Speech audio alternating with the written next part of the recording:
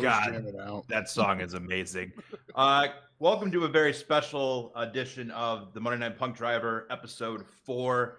We got a very special guest today. It is McGruber himself, Zach Gruber from Jasper, Indiana, the front man of Nights on Holiday, who you just heard on the intro. We gave the breakdowns the night off tonight. Zach, welcome to the show, man.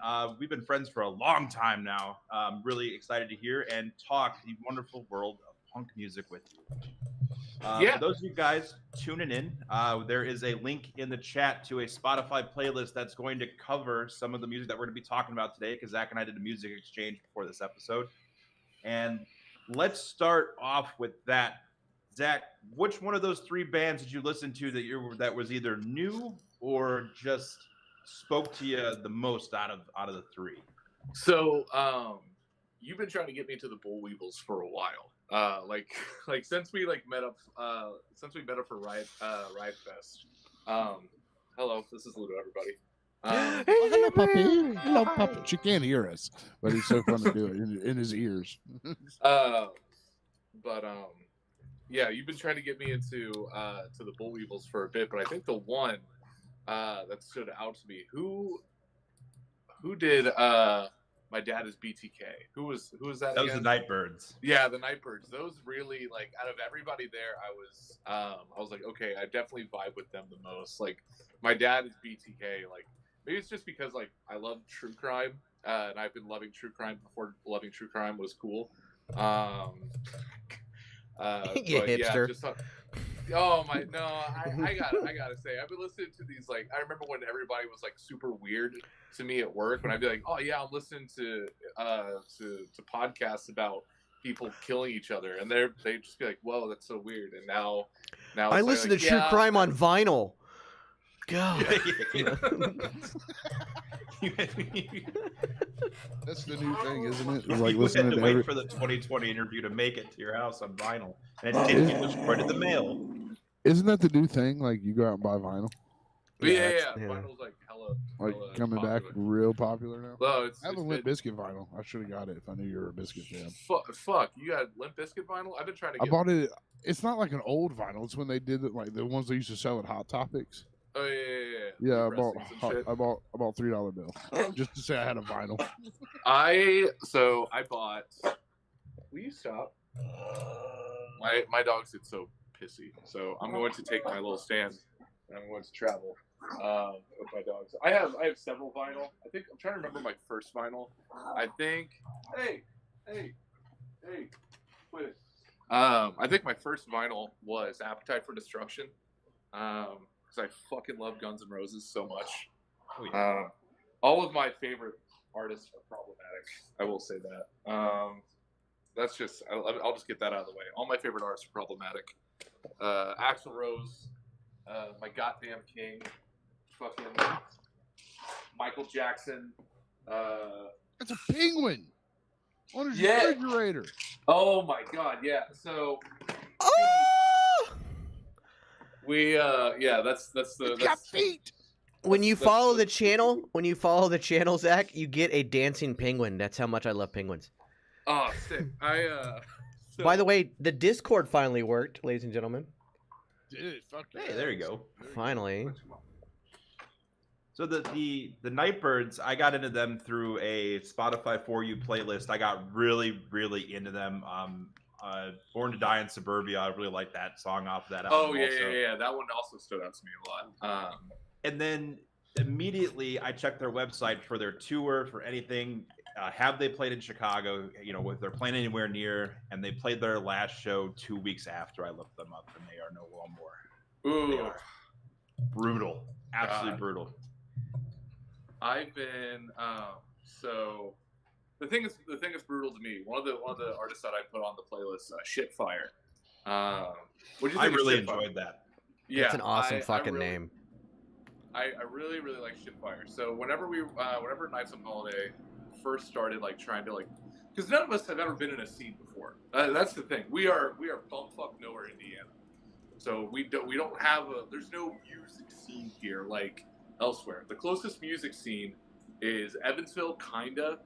But mostly it is Louisville or Louisville, depending on who you ask. has a huge hardcore scene and a huge punk scene. Mostly it's hardcore though. They like Knocked Loose came out of Louisville or that area. Fucking love Knocked Loose. Fucking man, more hipster shit. Like I'm friends with a girl who was like, man, my buddies in Knocked Loose are gonna start killing it soon. Like y'all are gonna hear about Knocked Loose, and I was like okay. And then Laugh Tracks came out, and like, boom, it's nuts. Yeah, I was also into Knocked Loose before they got big on TikTok. That's how I found out about him. I'm such an old fucking man because like y'all talking about these bands, I'm all like, what happened to the Sex Pistols? I'm just so old. I'm so behind. But now I have the Spotify list, which by the way, the Spotify list is in chat. Make sure you check it out. I'm going to be listening to all of this. So with Spitfire, I haven't heard a band like that, or Shitfire rather. I haven't heard a band where you can hear the influences from other bands. Like you could see where they came from. Their sound is so raw and so fun, and you can hear a bit of Garbage, you can hear a bit of Hole, you can hear a bit of even the Screaming Females a little bit here and there. I haven't heard we're at a renaissance, I think, of female-led punk bands. I think that Shitfire is a really good example of that. Of course, anything that Carrie Brownstein's been involved in has been really good too. Shitfire is going to be what I'm going to be. I literally, someone's going to ask me how I'm going to do it, and I'm going to be like, Shitfire, because that's what's going to be in here now for like the next week. You have set me up for my deep dive for the week. Shit. Sorry, go ahead. I can't lie to you, I didn't get a chance to. I was doing stuff around the house, but I'm so excited to listen to all this music tomorrow when I'm working. Like, I go one day a week to a ball field, and I just put music in, and I lose myself. And I'm coming from a guy himself in the music, in the moment. In the moment. And he never baby. let it go. Like, I grew up, like, radio music. The first punk song I ever heard, I don't even know the name of it, but I can tell you the beginning. It was the Dead Kennedys, and it was, God told me to skin you all alive. Was the first ever punk song I ever heard, and I was like, oh, I kind of like it. It's my Ding Ding Dong. First, great question. What was the first one for you, Zach? Let's Creep Up. So that's mine. That's mine too, actually. As a kid in Midwest in Indiana, bumfuck nowhere, Indiana, and I was a kid that grew up. I was born in the wrong generation, man. The music today, man, just ain't as good as it used to, man. If I only could live in the 80s, man. I was huge into all these hair bands. I was listening to nothing but 80s and 90s music. And I would just sit and watch VH1 all day. Not MTV, I'd watch VH1 because they would have VH1 top 100 songs of the 80s, VH1 top 100 songs of the 90s, VH1 top 100 blah, blah, blah, blah, blah. And I think I was watching VH1's top 100 hard rock songs of all time, and I was watching it specifically to see where Guns N' Roses fell because they had to be on the list. They were Welcome to the Jungle is number 1, by the way. But I was just sitting there watching it, and up in I think it was 25. Blitzkrieg Bop turns on, and it's like. I heard the 1, 2, 3, 4, and Blitzkrieg Bop start going, and the footage they showed was all black and white, all these guys in leather jackets. It's gritty as fuck. There's no glam. There's no music video to it. It's just these guys playing, and I was just thinking to myself what the hell is this? This is weird. This is wild. I really like this. So I at the time because. We don't have a record store around here. We just have Walmart. Walmart's where you got your CDs, and there's no Ramones CDs at Walmart. So I had to save up my money to buy $15 gift cards for iTunes, and then I would select which 30-bit seconds of Ramones songs that I liked through iTunes, and then buy those. I'm fucking old. I remember when CDs. I remember when CDs started to come out. And he's like, I said to save up money for iTunes. I'm like, fucking shit. Well, to be fair, I do remember my earliest memory of, not of music, but of like physical music media, I had WWF themes on a cassette tape. Like that was, and I would just, I would try to figure out which one was Stone Cold's theme, so I could just listen to that over and over again. But I was like 4, so Yeah. that was.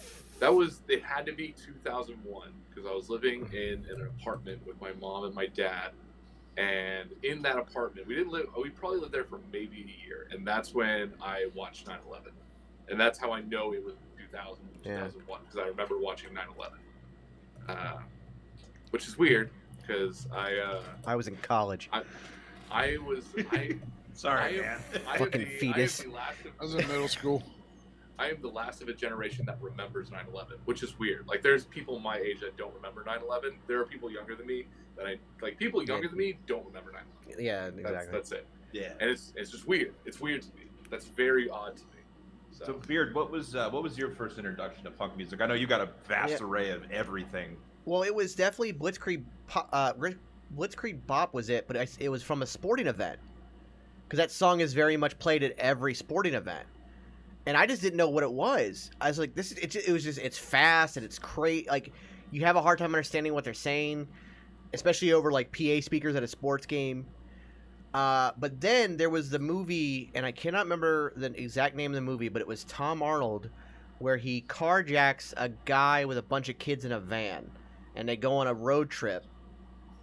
What and, the fuck are you watching? It's babysitting? It's a comedy. It's Tom Arnold. I can't remember the other guy in the movie, but he carjacks him. But then they end up like they all like kind of like fall in love with him because he's that lovable carjacker. Carpool. Thank you. Oh my and in God. the other song by the Ramones that was very popular then. Is it Sedate Me? Is it what it's called? Sedate Me. I Want to Be Sedated. I Want to Be Sedated. Thank you. That song is the theme of the whole movie, and the kids are singing along with it and everything. And like it became like they kept playing it over and over in the car while they're being chased by other gangsters and stuff like that.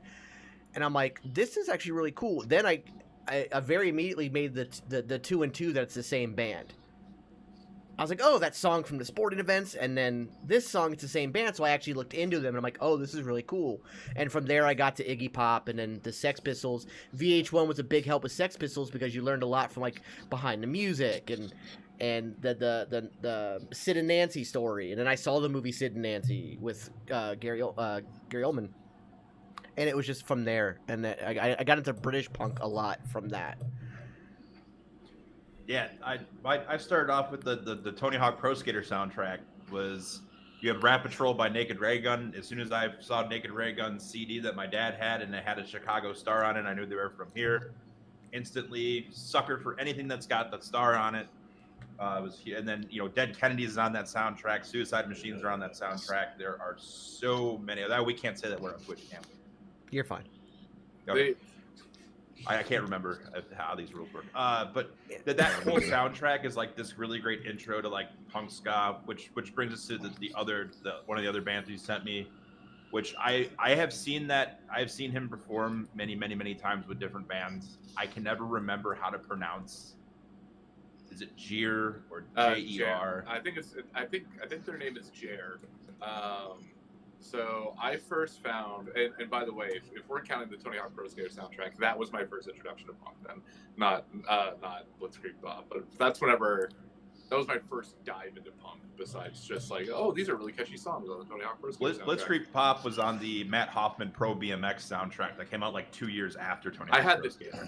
So on Tony Hawk Pro Skater 2, the Matt Hoffman BMX demo was on there, and I don't remember if there's any music to it, but yeah, that was with Jer. I found Jer a couple years ago whenever Jer was doing Ska Tune Network, and they still do Ska Tune Network, which is just ska cover songs, and Jer is their solo ska project, and then they have their band We Are the Union, which is their ska band.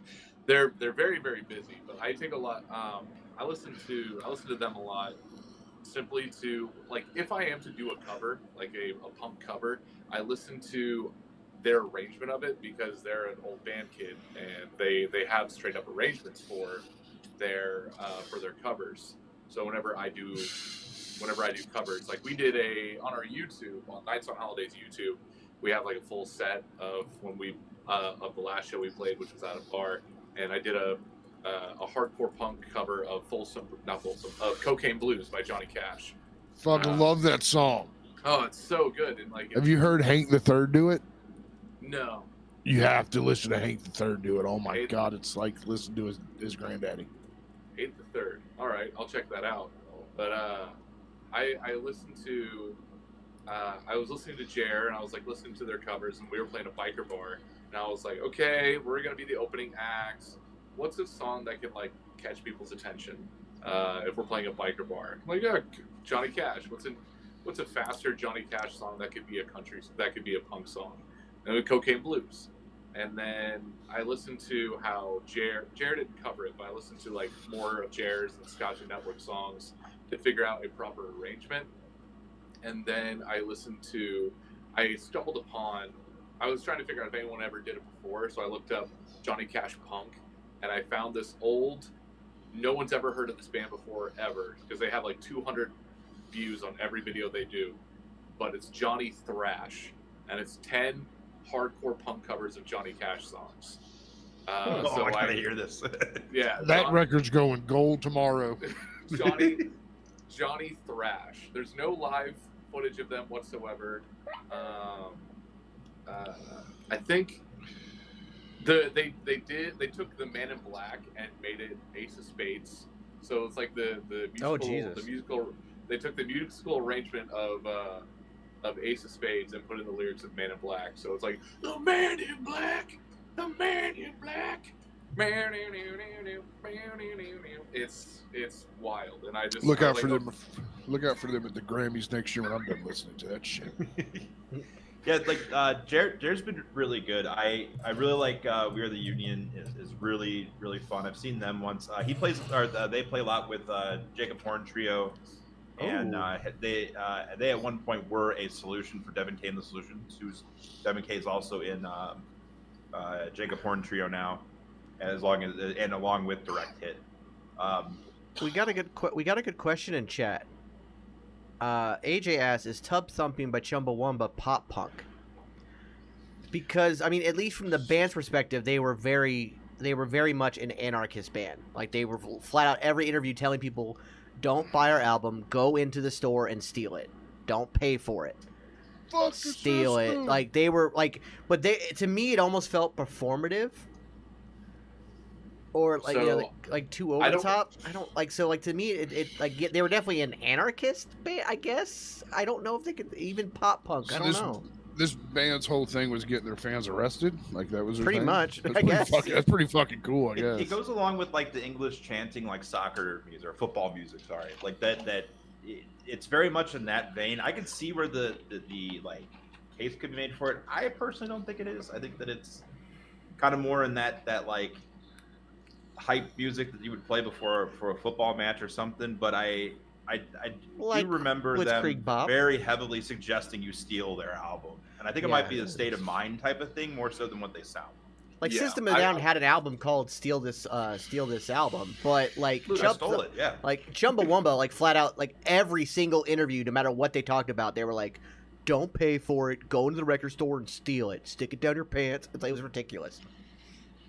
I wouldn't consider it pop punk simply because like pop punk has a very specific sound, and maybe that's just me who I am. Like I made a little rant on my TikTok, the main MacRuber TikTok, about how I hate scrolling through TikTok and hearing acoustic anarchy songs or acoustic anti-establishment songs, and it's automatically labeled like hashtag folk punk or hashtag Midwest emo. I'm like, that's not what this is. Yeah. Like just like you can I can sit here all day and I can bitch and moan about cops. That doesn't mean it's Midwest. That doesn't mean it's folk punk. Well, if that's the case, Johnny Cash is folk punk because he's playing an acoustic guitar and complaining about the prison, the industrial prison complex. Does that make NWA South Central punk? Yeah, exactly. It's like They literally have all a song new called. genres. Stripped down They- acoustic NWA. Yeah, they literally have a song called "Fuck the Police." What was that song? One group did that, like a fucking pop punk version of. Oh, that Easy E song. Yeah, Easy song. Cruising down the street in my six. Oh, that was Who the fuck was that? I know what you're talking about too. And when the name hits me, I'm gonna be really angry. Like In the middle of Raw, you're just gonna shout it out. Just randomly shout it out in the middle of Raw. There was this, damn it! But Scott 2 Network kind of Punk Rock Factory is kind of the same deal. They do these covers. Punk Rock Factory is more or less. They do a lot of Disney covers, like Disney songs from the cartoons that we all grew up with. Some of them are good, some of them are really bad. Their cover of Blinding Lights is better than The Weeknd's, in my opinion. That's gonna be a hard sell for me because I fucking love The Weeknd. He has one good album. I mean, in my opinion, but I like. He's had a number of good albums. Like he's had a number of good albums. Yeah. Dynamite Hack. Dynamite Hack. That's it. Boys in Yeah, the but Hood. they did a real good cover of that song. Yeah.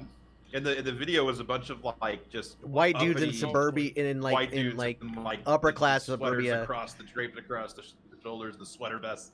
He's got the Argyle sweater vest on. I'm literally watching. Yeah. And then so while in our musical journey of exchanging stuff, we found ourselves the Lillingtons, which I think is the most common ground you and I have. I am absolutely in love with the Lillingtons. I've seen them many times. Death by Television is from front to back my favorite punk album of the 90s. Just it fits. That's what the inside of my brain sounds like. Is that entire album? So Cody Templeton is another. Sorry. No. You're good. I just wanted to add on. Cody Templeton is a phenomenal musician. His work with Teenage Bottle Rocket is really good. Another great band that I've seen many times. I saw Teenage Bottle Rocket once at Warped Tour. But will you guys, my dogs? But the Lillingtons, they have this like, it's delightfully evil sounding sometimes, and just the kind of mysticism that Cody kind of brings into the band, I think is wonderful. But as soon as you said that to me, I was like, fuck yeah, I get to listen to Lillingtons on the way to work today. I'm very new to the Lillingtons. So a buddy slash wrestler slash musician of mine, Austin Connolly, Mad Dog Connolly, is also a musician. He puts out like acoustic ballads and acoustic rock and stuff like that. He just put out an EP last year. But I asked him for I was like, man, I'm listening to the same shit over and over and over again. Like, what are some bands I need to check out to get some more inspiration? And he was like, you ever heard of the Lillingtons? And I was like, nah. And he was like, check out this song called Pom Pom Girl. And I was like, okay. So I heard Pom Pom Girl, and I just listened to that whole album, and that's just all I did for a week. I was like, the Lillingtons. This is like the Descendants, but not really. Great value Descendants, but not in a bad way, if that makes any sense. I'd say they're a bit more evil sounding. Nothing in a Lillington song ever is. It's it's upbeat and positive because that's the type of music that it is. But they're talking about your brain rotting out from the inside, and you're getting sucked into a black hole in space and stuff like that. The Boll Weevils did a cover of Black Hole in My Mind that's really good. Last time that they played it at the Liars Club here in Chicago, which is probably about the size of everybody's closet. Pretty big fucking closet then. Daryl is their lead singer. He is a ER doctor. Oh hell yeah! He's also 7.5 feet tall, and I had to and Jack's get ready. I had to dirty dancing this large man. Dancing this man. Yeah, and while he's singing it and crowd surfing, and I'm in this tiny little spot, and I have the 7-foot man that I'm holding up. Gruber, if you haven't noticed, a lot of what CPG is teaching me about things. I was a very sheltered child, so CPG has corrupted me. He's going to teach me. Now I drink fancy alcoholic drinks too. I can't buy regular beer. I got to buy something that's fucking retarded, like Yingling Hershey. Just Well, because you're talking to a the straight cool- edge guy over here. it's the so- cool thing to do, I guess. Yeah, I'm yeah. experienced. Zach is straight edge, so beer is a no-no. Listen, more hats off to you. Everyone always tells. Maybe this just comes with the pretentiousness. Will you stop? My dog's just whining at me, but this just comes from the pretentiousness, I believe, of being straight edge. But every time someone says, "Hey, hats off to you for being straight edge," I was just like, "It's not difficult. It's not hard. It just." Yeah, I think that's a good point. I think the only time it was ever difficult for me, so I was going through to a lot of wrestling shows. This was early 2021. Yeah, because it was cold. It was cold as fuck, and we were still allowed to go to like shows and shit. So every straight edge wrestler I was running into at the time that had like straight edge tattoos or shit, or I knew was straight edge. They would all tell me like I was straight edge. It was just a phase for me. It was just a phase for me. And everyone would always tell me like your straight edgeness would just be a phase. And I was like, it can't be a fucking phase. I have 2 tattoos to say I'm straight edge. I can't be a phase.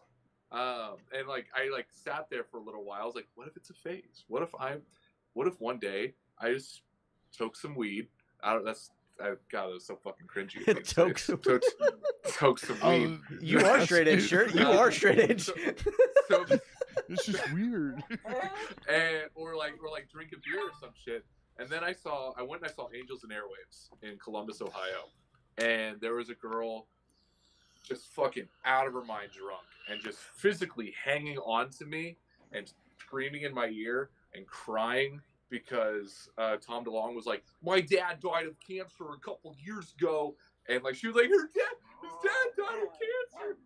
And I was like, all right, yep. No alcohol for me. If that's what's gonna turn that into. Thank you, random lady.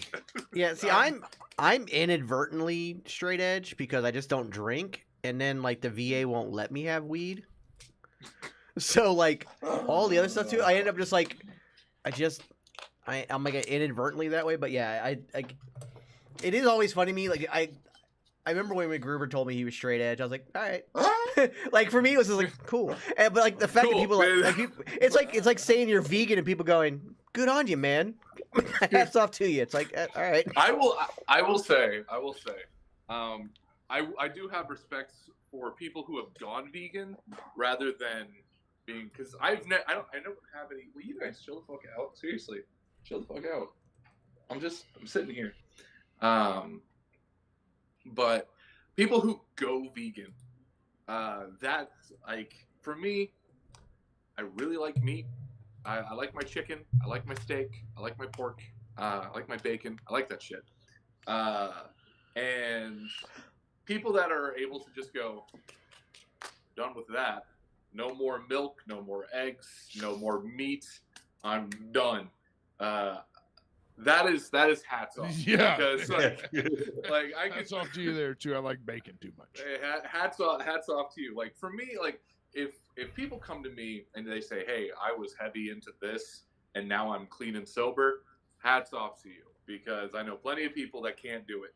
Me, someone who never started drinking, never started smoking, super, super easy for me. Like it's not like when people are like, you want a fucking beer, man?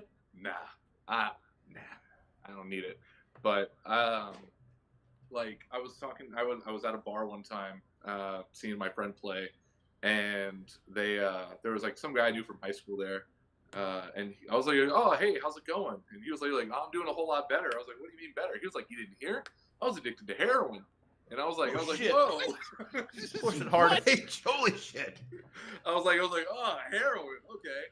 And he was like, yeah, man, but I'm good now. I'm good. I was like, are you good? He's like, I'm telling you right now, man, you put a fucking dime bag right here in front of me, I'll stare at that thing. I ain't touching it though. I'll stare at it, and I'll keep staring at it, but I'm not touching it. And I was like, hey, that's fucking power to me. Like if you can be like, yeah, no heroin for me. I went through a 4-year cocaine addiction. I've been sober now for 4 years, so hell yeah. I know how that feels. Like you're just like, you can stick that shit in front of me, line it up, do all the fun stuff you want with it. I'm just gonna go, yeah, I don't think I need that shit, man. That's like I applaud Steve-O. Steve-O just celebrated 15 years of sobriety. Like that's fucking awesome. Oh yeah, for sure. That's Brandon fucking Novak awesome. too. Yeah, Novak. Novak. Goddamn Bam. Fucking. I know. God damn it. It's and like you so see sad. Novak and you see Steve-O and you're right there, Bam. You are right there. You're the and next then, one in line. Stop fucking it up. And then just no, and it's just like,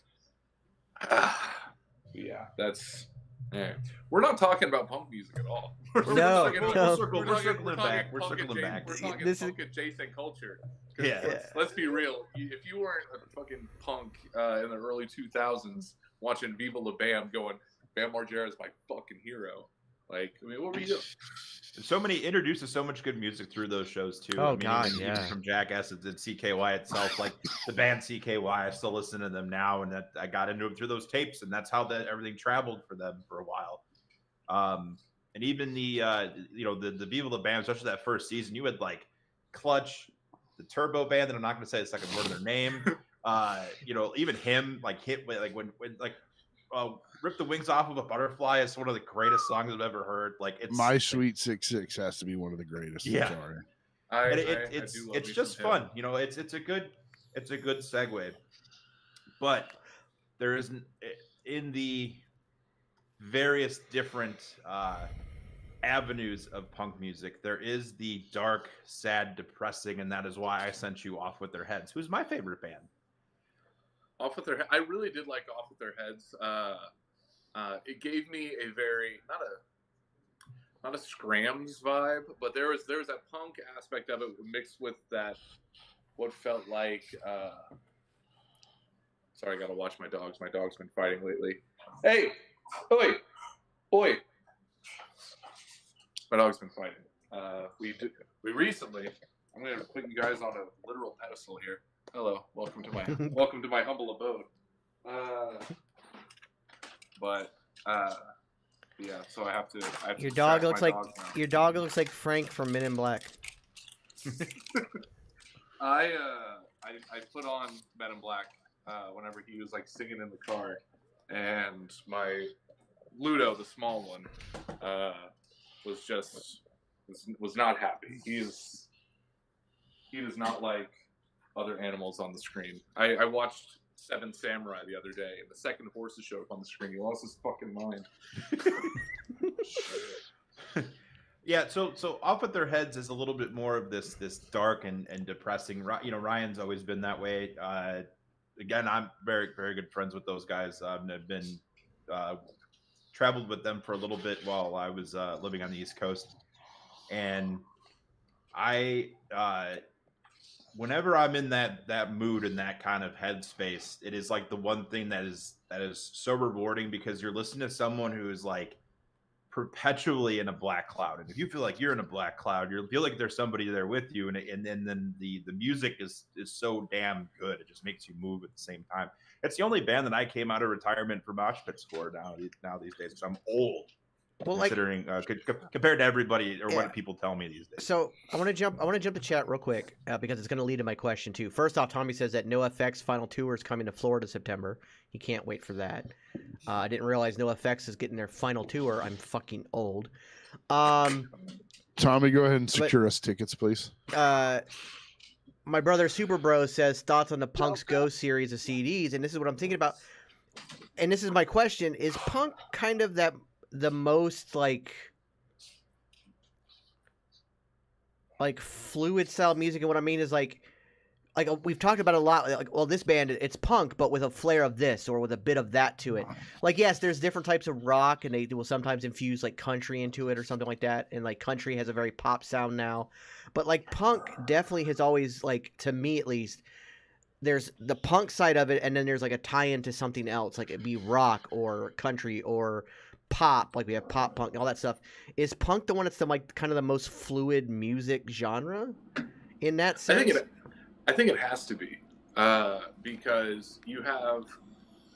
I consider now this comes from. I mean, if you look at the UK punk scene, the early East Coast punk scene. I mean, if you look at the East Coast punk scene from the 70s versus the 70s and 80s versus the West Coast punk scene of the 70s and 80s, they're two completely different scenes, because you in the East Coast you have like middle God, what's it called? Not lower class, middle. You have middle class kids going to fucking CBGBs and what's that other fucking popular venue? I can't remember the name off the top of my head, but you had that middle class kids that were just kind of fucking around singing about whatever they want. The Ramones singing about Texas Chainsaw Massacre, just whatever movies that they were thinking of. You have the Misfits that are just like I'm going to sing about all these old horror movies that I really like. And then you go to the West Coast and you have Dead Kennedys who are like, I fucking hate everything about everything. I hate all of you and I'm sick of it. And then you have Fear, who is just straight up just going, fuck you. There's no rhyme or reason. There's no method to the madness of leaving. He's just saying. Have you ever heard the story of, you know how in the beginning of Holiday in Cambodia that Jello introduces himself as Jerry Brown and he's the governor and he smiles, he never frowns. You know that Governor Jerry Brown was beloved by the entire state of California and was reelected like 3 or 4 times. He never had a political detraction, no scandal, no nothing. That just so happened to be the governor at the time, so they attacked him. Like Jello just was like, "This is the guy. We're gonna fucking run this guy on a flagpole in our song."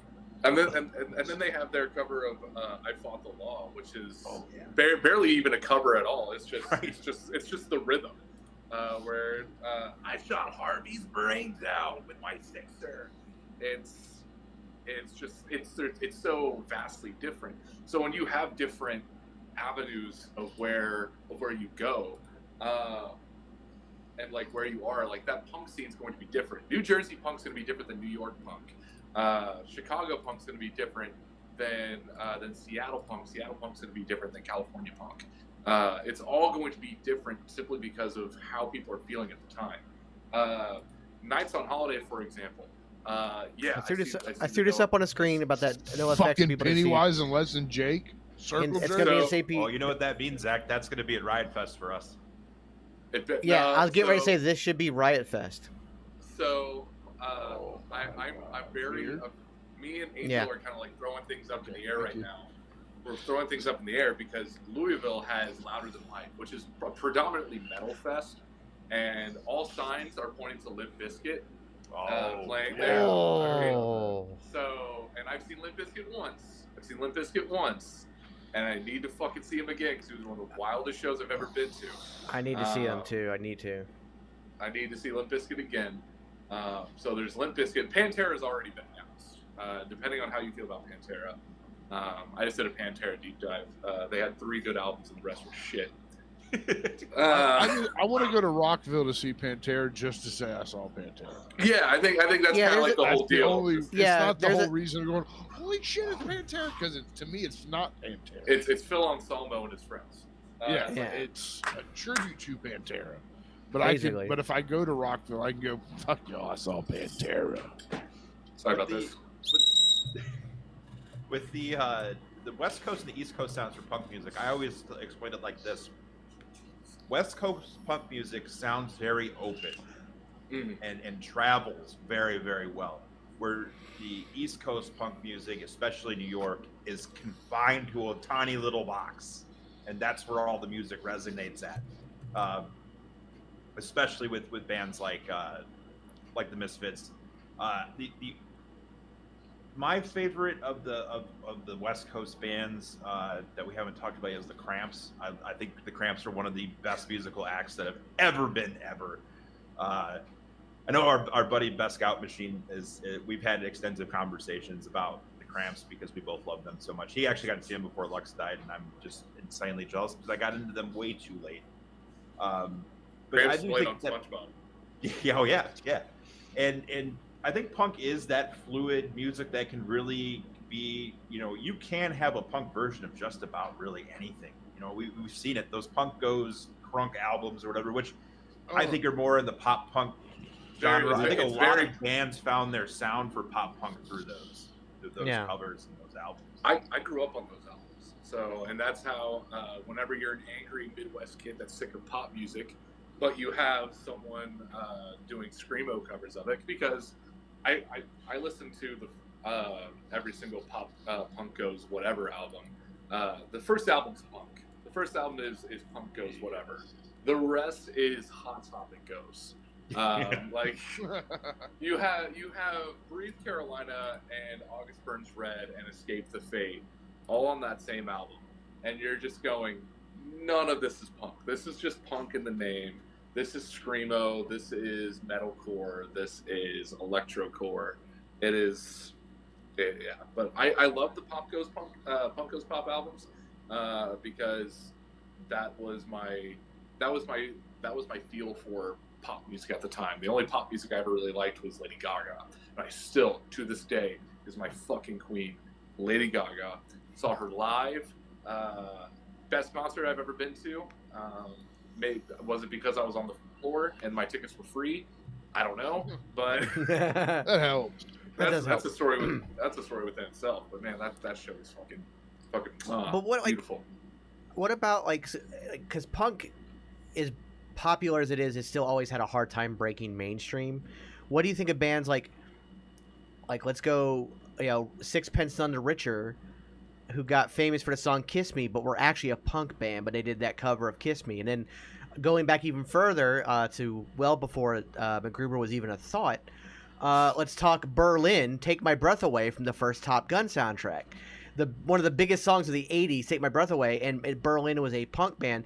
And that song was so popular for them, but they hated it so much, it split the band up. Like half the band hated that they even did the song in the first place. The other half hated the fact that they had to keep playing it every night when they did concerts because nobody wanted to hear their stuff. They just wanted to hear that song, and the band ended up breaking up. So it's like there's something to like that where like a punk band goes way out of their comfort zone to kind of break the mainstream, and can they get back? I think the number one band that has done that is.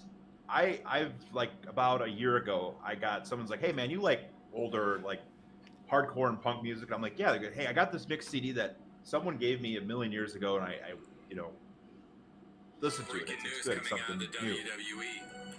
And it was scribbled on there in like red Sharpie was the Young Aborigines, and I had never heard of the Young Aborigines. Didn't know who they were. It was the fucking Beastie Boys before they were Beastie Boys. Oh yeah, the Beastie Boys were a punk band. Yeah, so on Ill Communication, there's a song called Tough Guy, and that is what the Beastie Boys sounded like when they were the Young Aborigines before the hip hop influence hit them, and that's how they broke their mainstream. Is that they kind of bridged that gap themselves, and broke into like being one of the most beloved bands of all time.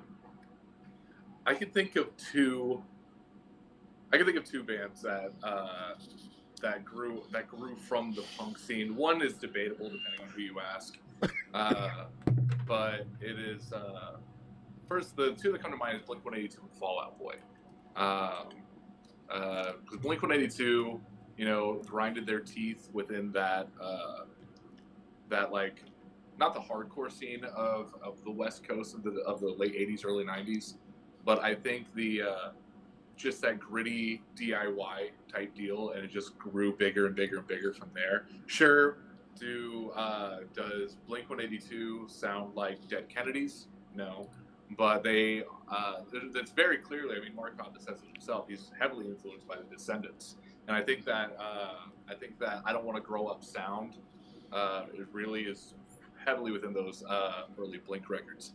It's like Peter Pan. And the one, yeah. And the one that's like debatable is Fall Out Boy, depending on who you ask. There's a venue in Springfield, Illinois, called Black Sheep. It was called Black Sheep. And pretty sure Fall Out Boy played there. They played a couple skate parks, but I think the story goes is that they were found by a big record label and was like, hey, we can't put you out just yet. So we're going to put you on one of our smaller record labels. You're going to put out this first album. And then once that first album's done, you can hop on our bigger record label, which is where Take This to Your Grave. I think that was on Fueled by Ramen. And then From Under the Cork Tree was on Capitol Records. Yeah. So it was a big breakout. With Fall Out Boy, their earlier stuff, I remember hearing, this is a kind of the Midwest is Blink-182, and then as they kept getting bigger, you start seeing that sound kind of leave, and they definitely got into the more like arena pop, I guess, by the time they're where they're at now. But yeah, they definitely, there's this kind of meeting point that they all come from, and then they all kind of branch out. I mean, there are so many acts that are much more raw when you first see, like when they first start out, and then they kind of, once they get that big break, things just kind of change. But yeah, it's a good central meeting point. Devo would be another one I think that came up as a like, do you like that started off as a bunch of nerds, and kind of transcended genres also, and getting their big break. But it is really cool to see, how all these bands start and kind of fan out from each other. Especially punk's relation to ska is the handshake so often. You have, the same core group of people have two of the best ska and punk acts that there has ever been, whether it's Operation Ivy or Rancid or however when those genres all shake hands, you create this kind of fluid flow chart of like, you can go from here to here to here to here, and that's my favorite thing to do. It's kind of like going from Jared to direct hit, because it goes through different avenues, but it's all these musicians who collaborate, and something's different here and then something's different there. And then you have unique sounds all throughout it, which I think is a lot of fun. It makes the genre just a ton. So throw on like a mixed. Yeah, so we have two questions. One is from Mama Jack. So Jax, go ahead and take it away. This one's actually from MacGruber. She would like to know if you could remix Barry Manilow's "I Wrote the Songs" as a punk song. I wrote the songs. I swear to God. Yeah, there's It's our first write-in question we've ever had. I'm very, very proud of this. I'm going to save this forever. Actually, I will see what I can do. I think our big thing, if I bring, I wrote the songs. Nice. I'm thinking holiday. Yeah. So when we started, because we're in the middle of bumfuck nowhere, and the only bands that play around here are cover bands. Like, that's the only thing bars around here want to hear.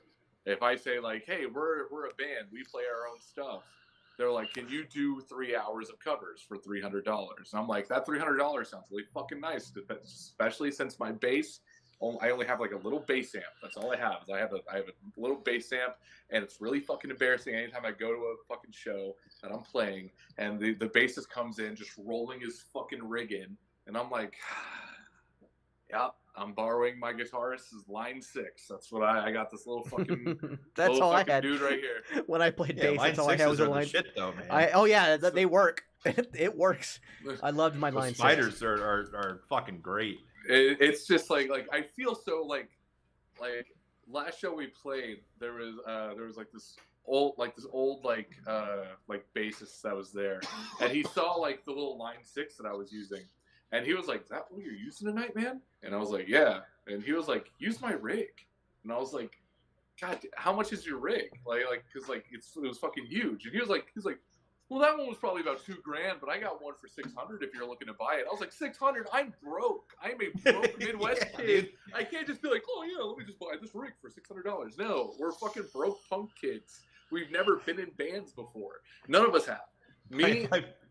My brother was in a band in high school, and they wound up playing inside of a church, and the church was trying to sell them a rig for the main guitarist, because he was in the same boat. He had just a little Spider line 6, and that's all that they had. And they were like negotiating prices. Everything was great. And then during their set, he started humping the cross in the middle of the stage. And then all of a sudden the negotiations stopped.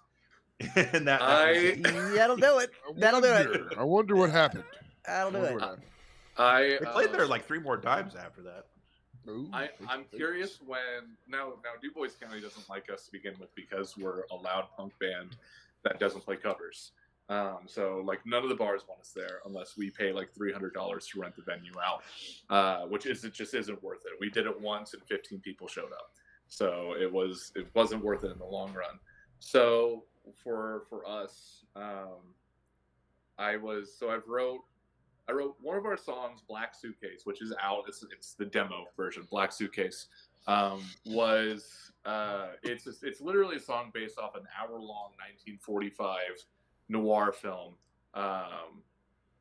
and called Detour. It's a fun little movie, and it's essentially the only differences within the song to the movie is I say there's a lady dressed in red. The lady never wore a red dress. That's the only. I just needed something to rhyme with dead, and I was like, oh, what's up, Stan? Dressed in red. Okay. But in the end of the song, I say, I'm waiting for these. I wait for these pigs to take me away. And I have brought up on several occasions. I was like, how comfortable to, because me, Sonny, the drummer, and Phil, the guitarist, we all come from different sounding backgrounds. Phil is very into grunge, post grunge, everything like that. Sonny is very into stuff like Rise Against and August Burns Red. So he has those fast drums and those breakdowns. And then me, heavily influenced by the Ramones, Misfits, Descendants, shit like that, along with, Blink-182. It really, it all kind of comes together. But because of our different backgrounds, I go to Phil and I go, hey, how would you feel about us writing an anti-cop song? And he's just like, I don't know how good that's gonna be for us. And I was like, fuck it, who cares? And he's like, if we try to play around here, and I was like, no one's gonna fucking want us to play around here. That's the thing. We have a list because whenever we started, we were like, okay, we're gonna do a bunch of covers and then throw our own shit in there. And then it was just like, what's the fucking point? We're just writing all of our own shit. Because the more we do covers and then be like, hey, we have our own stuff, the more people are gonna go, and just they're not gonna care. So this is a really long way of saying I don't know when that cover of Barry Manilow is going to be in there because we already have a huge list of songs. Okay. Well, the effort's there. That's all that matters. The effort's there. The effort's there. So the other question goes back to the Fall Out Boy stuff. Would you consider New Found Glory in the same spot as Fall Out Boy? Different. It's different. Because you have a pivot point there, kind of. There is that era of, if you go into that early 2000s, because Fall Out Boy in the early 2000s is very pop punk sounding, but it's also Mallrat emo. From Under the Cork Tree, Infinity on High is more akin to My Chemical Romance than it is akin to New Found Glory, Blink-182, stuff like that, Green Day. So I think there is that division point. If you take this to your grave and From Under the Cork Tree, there is that you could put New Found Glory and Fall Out Boy on the same bill. But once you get to Infinity on High and Folie à Deux, it is nothing like New Found Glory. So I think that's the major difference. But I think they also have different influences as well because New Found Glory is also a hardcore band, the Superheroes of Straight Edge. Check that EP out, by the way. I think it's called the Superheroes of Straight Edge or Straight Edge Superheroes, one of the two. New Found Glory's punk band. New Found Glory's hardcore band. Yeah, hardcore band. They do it and they wear like wrestling masks and shit. Yeah. It's well, speaking of wrestling, and we're 5 minutes away from Raw. I wanted to make sure that I don't know if Gruber, did you get to see our special thumbnail for tonight's episode? It's on YouTube. I did. I want to share it for everybody. Yeah. I scoured your Instagram and I saw this picture and I was like, "Yep, that's the one." So I look so adorable with my I was like, "Oh." And that's a mandolin bass, right? That is a Rogue 100, I think, Rogue Series 100, which is a knockoff of the Hufner of Paul McCartney's bass. Yeah. I've been wanting one since I ever got into the Beatles in middle school because I thought it was such a cool looking bass. And I told my girlfriend about it, and I said, I want one of those basses so bad. She got it for Christmas for me, and I love it. And I love the idea of me playing a Beatles bass and me screaming all these punk songs with it. I love that image of it. I love the feel of it. Here's the problem: the bass fucking sucks. You have to tune that type of bass almost after every song. It's insane. I love the bass because of the look of it. I love the bass because it's incredibly lightweight. I love Angel for giving it to me, but I think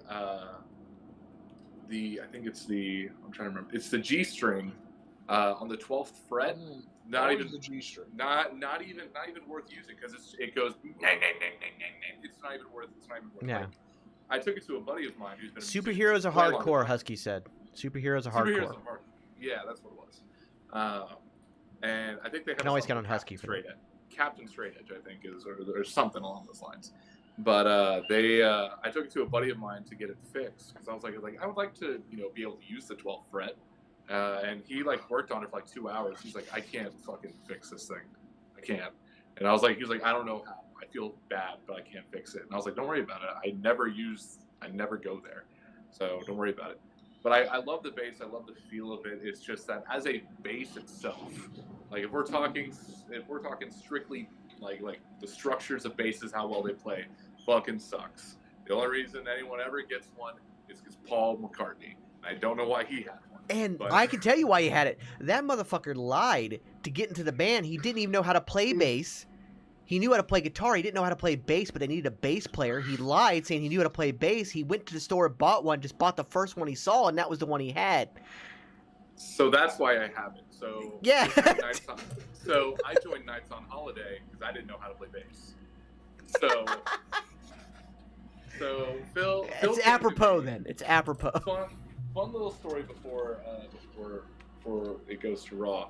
I met Phil through a charity event, and it was a dinner theater, but it was a meet and greet dinner theater. So instead of all of us on a stage and everyone figures out the murder mystery of the dinner theater, they come around and talk to us and talk to our different characters. My character and Phil's character were best friends, so we just hung out all night, and people just came up and talked to us. And I liked Phil's vibe, Phil liked my vibe, and he friended me on Facebook and said, "Hey, do you want to be in a band?" And I was like, "Yeah, sure." And he's like, "What instruments do you play?" And I was like, "Trumpet. That's what I play." And he was like, if you were in a ska band. He was like, "You play guitar at all?" I was like, "I know the G chord, I know the E minor chord, and I know the A minor chord." And he was like, "You can learn how to play bass." And I was like, "Sure, okay." And he was like, "Can you sing?" I can't play and sing at the same time. He can. He sings a couple of our songs that we haven't put out yet. But then he was like, "Here, borrow my bass. Here's a microphone. We need a drummer." And I was like, "My roommate's a drummer." And here we go. Nights on Holiday. Oh, hell yeah. Those are the best bands, though. Those really are the best bands. Oh, yeah. When they come together like that. I was a drummer. All right. We didn't have drums when in high school, so I had to play bass because my dad was a bass player. So he's just like, "We don't play bass." I'm like, "Sure, yeah," because I can't afford a drum kit. So it's like we got a bass guitar for $25 from a flea market, and it was a Biscayne. It was a Biscayne pearl white. It was a Biscayne pearl white, and I just learned to play on that, and and there we go. I mean, hey. Yeah. This is good shit. Hey, nothing to worry about. Now, with Nights on Holiday, do you guys have any upcoming shows that you want to plug for someone who might be in the chat who's from Indiana? Yeah, this is for anyone who's in the Indiana, Kentucky, Ohio area, Tennessee, if you want to make a little bit of a drive. That's not that far from me. Saturday, April 15th, in New Albany, Indiana, at 1 p.m. There is a charity wrestling event that my buddy is holding. It's his last charity wrestling event called Pawcade. It's his fourth one. It's the final chapter, akin to Friday the 13th, the final chapter, which means that I have to do the next one next year as the new beginning. So, but it is Pawcade, the final chapter, April 15th. Nights on Holiday will be performing throughout the show. We'll be doing the pre-show, we'll be doing the intermission, and we have a special performance near the end of the show. So that's April 15th in association with Paradigm Pro Wrestling. So you go to paradigmprowrestling.com. You can get tickets there. It is, I think it's $18 beforehand, $20 day of. But all of the proceeds go to the Salem Animal Shelter in Salem, Indiana. So that's in New Albany, about 15 minutes away from the film.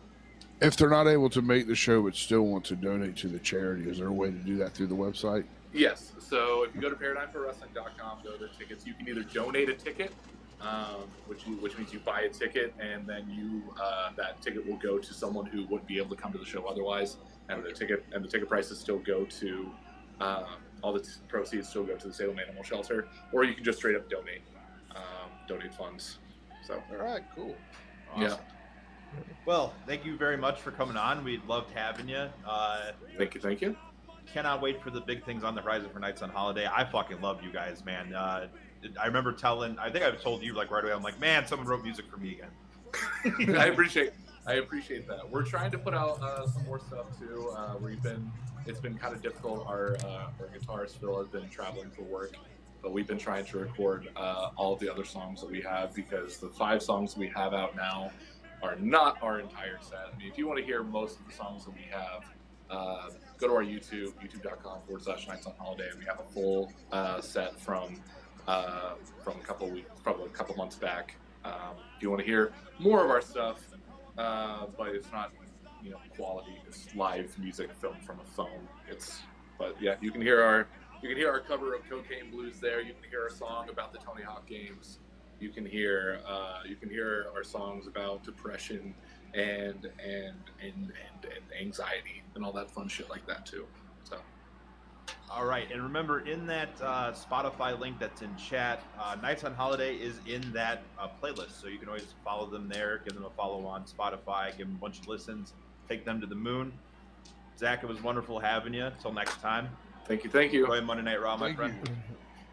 Peace out. Thanks, Zach. I'll see you later, man. Bye-bye. Later. I love that dude. Anthony's cool as shit. Yeah. I love him. He is, man. It's hard. You have to you forget how young he is when you talk. Oh yeah. How young is he? He's 25 or 26, somewhere in there. Yeah. Oh shit! So for once, I wasn't the youngest. Yeah, he. I'm so happy. When I was brand new to I didn't even really know what TikTok was, and I was just scrolling. That was one of the first people I ever saw when I got onto the wrestling side of stuff. And I always wanted to talk to him, but I didn't he at that point his account used to be huge. It's his first account he had, and then when I started making my own content, we kept circling around each other but not talking to each other. And then once we finally did, this kind of friendship is built out of it. He reminds me a lot of myself when I was 6 to 7 years younger, and he it's great to watch and live vicariously for someone who's not doing drugs and drinking during that time of their life. I wish big things for him. Yeah, and if any of you guys in the chat, he talks about wrestling frequently on TikTok. If you look up McGruber, it'll go right Great to him. follow. Great He gives very interesting and actually intelligent takes on things. And it may not be your take, but he's not going to talk down to you unless you say something stupid, and then he will crush you, and it's awesome. So definitely go give him a follow. His receipts for the people who tell him he just hates AEW are the best. Yes, sir. And Raw has started out with Edge cutting a promo and Judgment Day coming out to confront him. A few weeks ago, you challenged me to a match at WrestleMania, right? And since you're not man enough to come in here and face me, And Edge and Finn Balor has been made official for WrestleMania. fine, you got it. Now it's official. Did you hear that, dog? Did you hear that? Leah, did you hear that? Finn's going to WrestleMania. Hey, and you think the beating I gave you on Extreme Rules was bad? Shut your mouth. Ooh, Edge is pissed. Now you can hear me talk. Oh yeah, I mean Because for the last year, the turn of Judgment Day on him was not supposed to happen, Mhm. and he wanted to take Judgment Day in a more supernatural direction, but creative didn't see eye to eye with him. And then with Cody's injury, they needed another top babyface, and the easiest person to flip was him. So Finn, I would Yeah. love to live in an alternate universe where he was still with Judgment Day to see exactly where that would have gone. and here's the thing, you made Yeah. Judgment Day better. I can admit it, because you leaned into what those three are, which is bitter, immature malcontents. Yeah, So what's up, all you beautiful people in the chat? Mexican, Puerto Rican, Emo, Again, not everyone talk at once tonight. It'll be. No, we're listening to the promo, sir. I have it on mute still because I forgot to hit unmute. Edge called. Oh, hi, Magnificent Stan. Edge just called Judgment Day a Mexican, Irish, Australian, Puerto Rican delight. Yeah.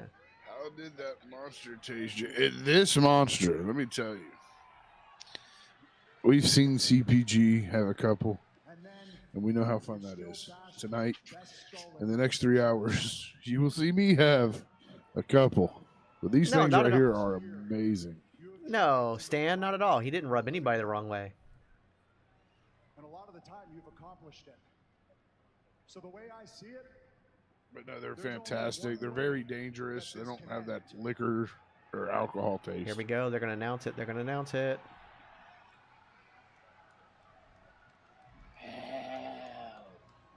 at WrestleMania, Edge Take it, Finn. Take it. Oh, that's gonna be so good. Bitch. inside Hell. When was the last time there was a Hell in a Cell at WrestleMania?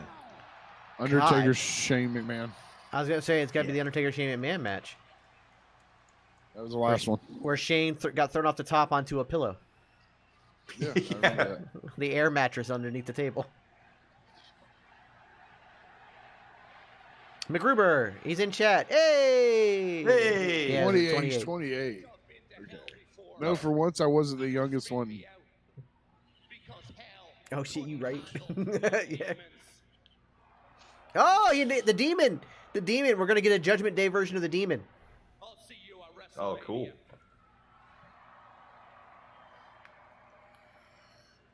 Booyaka, booyaka, 619.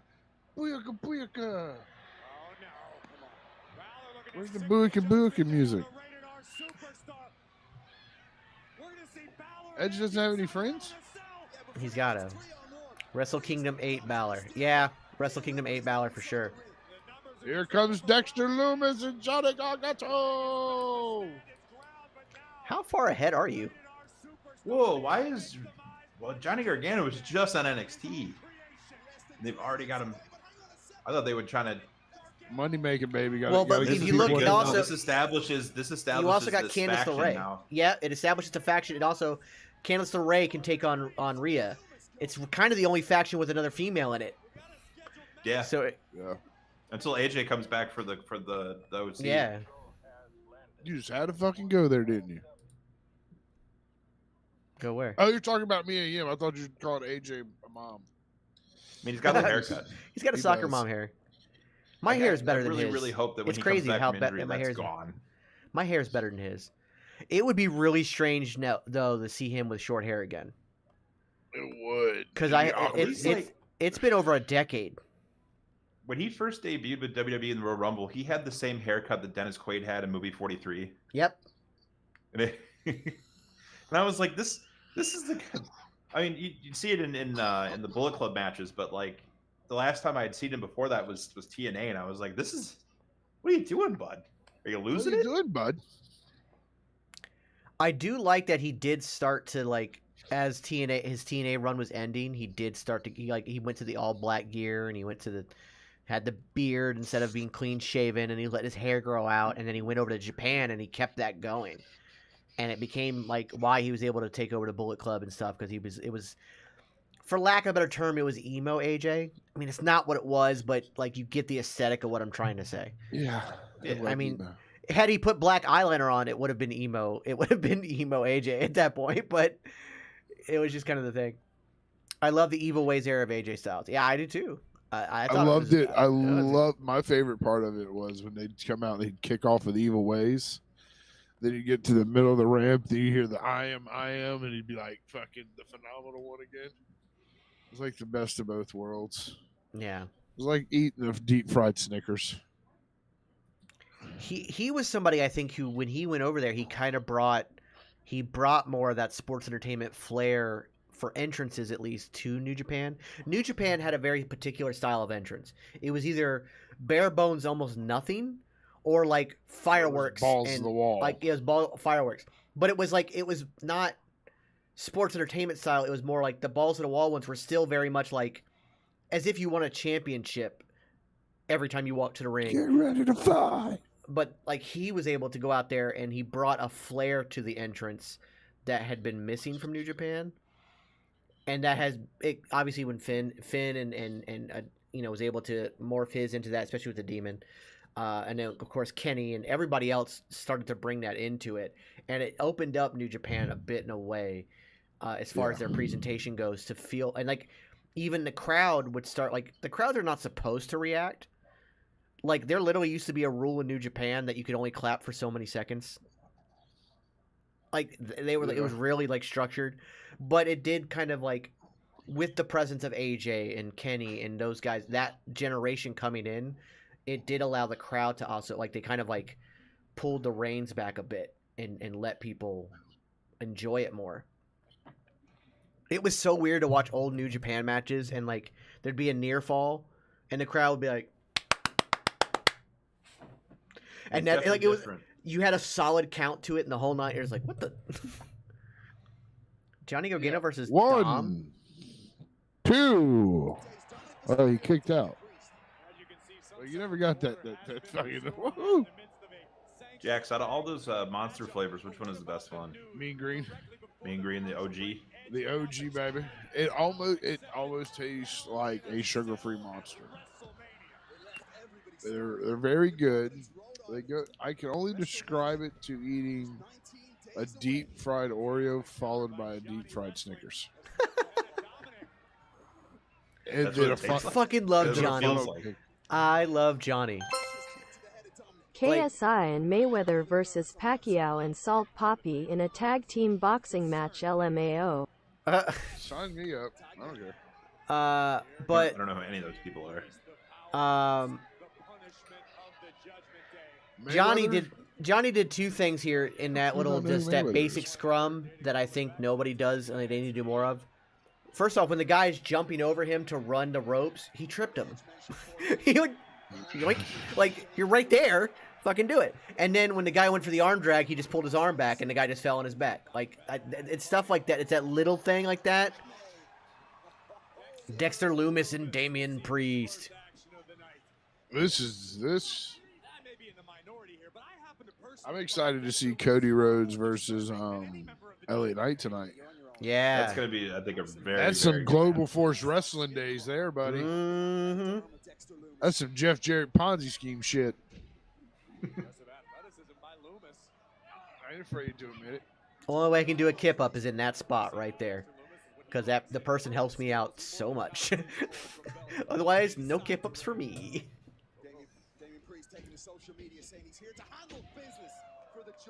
Wow. Holy shit. He's so good at it, man. Yeah, Dexter Lumis is so fluid. Yeah. And Gargano's like, I can't believe he just did that. You top that off with his creepiness, how fluid he is, and then that creepiness. It flows perfectly. He's like a river. It's like a circle. It just never ends. It's a circle. It never ends. It's like a circle. Life's a circle. Not like a triangle. Kevin Nealon and Happy Gilmore. A triangle has ends. Not a circle never ends. You go to the carousel. You put a quarter in. You sit on the horse. You go up and down and around, circular. All good things. He's like fucking psycho. We got Angelo Dawkins versus Austin Theory tonight. That's gonna be a bang. That'll be a banger. Oh, I said in the chat, man, tonight's a loaded card. We got Brock facing off with Almost.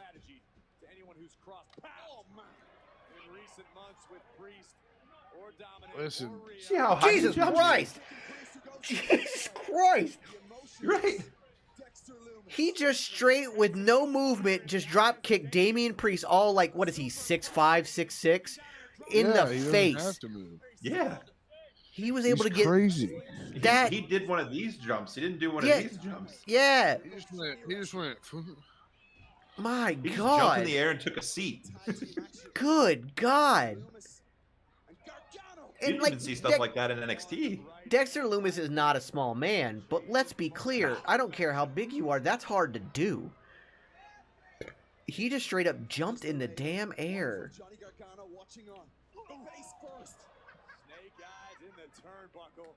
I almost want to see Dexter go back to NXT just to do the NXT Combine so I can see his numbers. Holy shit. His vertical's got to be insane. I mean, Montez Ford still holds the record on vertical. Sammy, did you get my message, buddy? I'll be mailing that out Thursday. Thursday. Sammy won our Darby Allin. Oh, 8 by awesome. 10. Congratulations, Sam. That gets mailed. I got it all in a nice little cardboard envelope so it doesn't get, it says do not bend on it. And it says do not bend on it because that's the one thing I hate about shipping autographs. Is Yeah. you're so afraid any postal service you use, you're so afraid they're going to bend them. Is it just me or is there a lot of chain rattle sounds tonight? I don't have it up loud enough to really tell. Yeah, there's that very viral TikTok of the guy who went to go get his vinyl record that he ordered from Amazon out of his mailbox, and they literally just snapped the vinyl in half and stuck it in there. There's no way the mailman didn't hear that. Like, there's no way. But I also ship my stuff priority, so they get tracking numbers, so they can track when it's coming, so they don't have that like shove in the mailbox if they want to meet it at the mailbox. That reminds me, I gotta see where the old merch is at. Speaking of merch, I got bored, and I sent it to you guys in the Can we do black Ginger Ninja shoes? If you could take my face off and do both sides, just say Ginger Ninja down both sides, I might actually buy a fucking pair of those. But you got my face on them. I think your face makes those shoes, but we can do that, and we can do it. All I gotta do is basically put the Ginger Ninja name on black, because the only reason those shoes became black is because the whole image is black. So that's one whole image on the shoe. We're gonna need the whole image of mine. Matter of fact, can you go ahead and share the merch store so we can show off those shoes? Because I'm quite proud of them, and I am buying a pair as soon as I get paid. I'm gonna have them on in Houston. Hopefully I don't know how long they take to ship. I misspelled the shit out. Oh, I did. No, you did. You got it. Why did it go up two different things then? Because CPG also put it in there. Okay, so his outranked mine. Yeah. Hold on. Mine is saying that it's delivered. I'm gonna go inspect my front door real quick. Okay. Go inspect your front door, sir. Let me get to the shoes before. Where did you put them down the line? They're right next to yours. Okay, so they're in the shoes. We can just click shoes category. Yeah. We actually have a shoes category. All right, you ready? Yep. Yeah, here we go. Bam. See, now if you can do this in all black. Yeah, I could do that to you. And just say Ginger Ninja down like the outsides of them. What? I'm going to take the creator discount. They're $35.30 our price. All right, cool. Yeah, if you can do that, but have it say just Ginger Ninja, I might actually buy a pair. Maybe next week. If y'all want to see, let me show them the Ginger Ninja ones. See, these are dope shoes. I like these, but I don't know, that black with that red Ginger Ninja. Yeah. I just think would pop. He's like, I will be wearing mine to. They're gonna be in Houston, Texas. This. Hold on one second. Mm-hmm.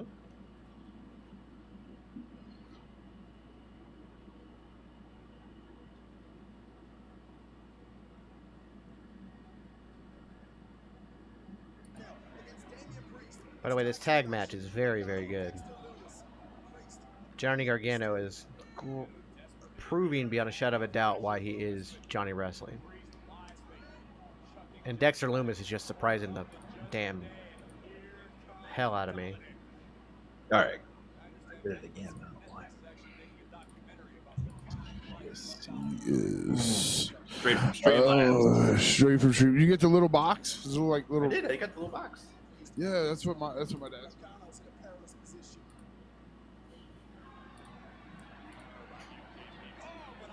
It is exquisitely wrapped. I don't have anything sharp here.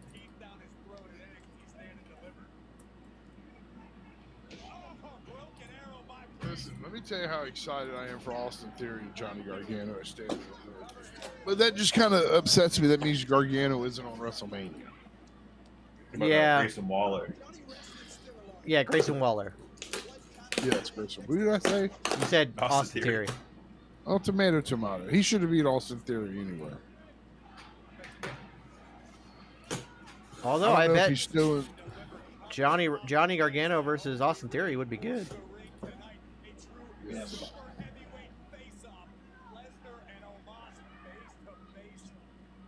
That's sick.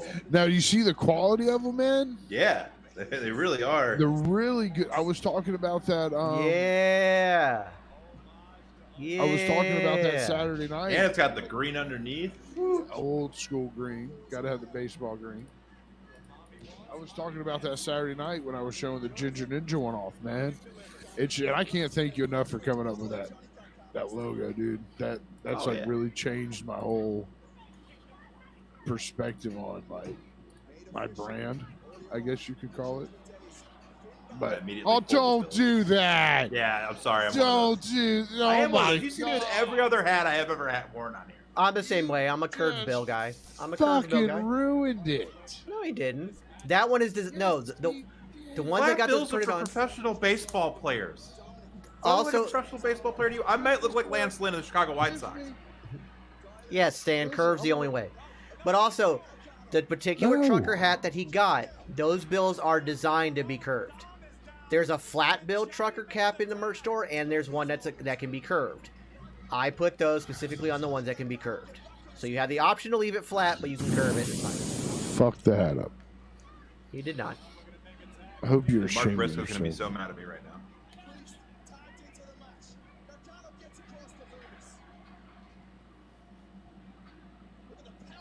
God, Dexter like is so underrated. His punches are so crisp.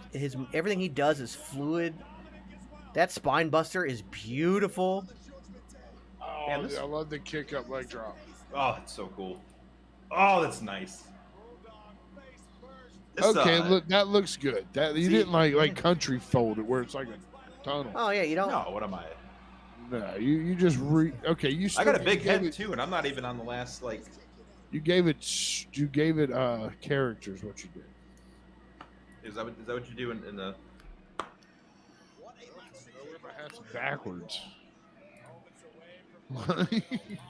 I wear a hat for the exact wrong reasons it's meant for. Okay, it's meant to keep the sun out of my eyes. I wear sunglasses and backwards hat because I'm cool. Okay. Look, Johnny Gargano. Say hi. I'm like, how did I get here? I want to go back in that box. You're too big for that box. Into the box.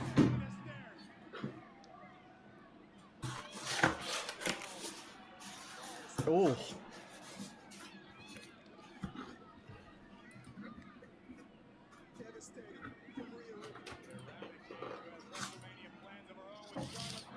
That looks fun. That does look sick, though.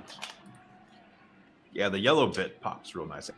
And the embroidery is like really nice. Yeah, they do a really good job. I'm really happy with it. So the first ever Wrestling with Toxicity was I did them on the tie-dye shirt, so those have to be embroidered. I didn't like how the shirt came out only because you couldn't make the logo big enough for the chest. It was only like this big. But the embroidery itself is really, really good. Oh, yeah.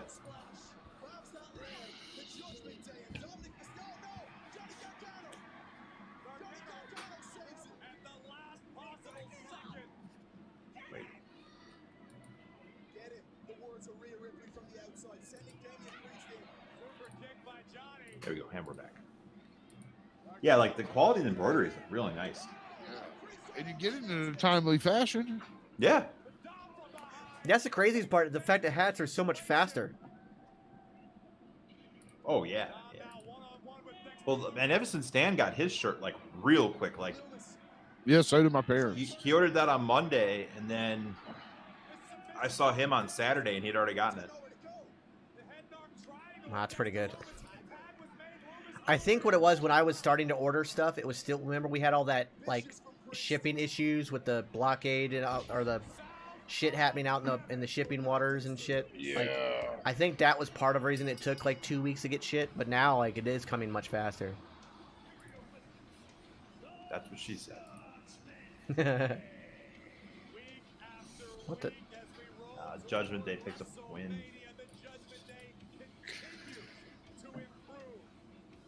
This cat has figured out how to open up. The door. That's awesome. No, it's not, because she can't go in there. Man.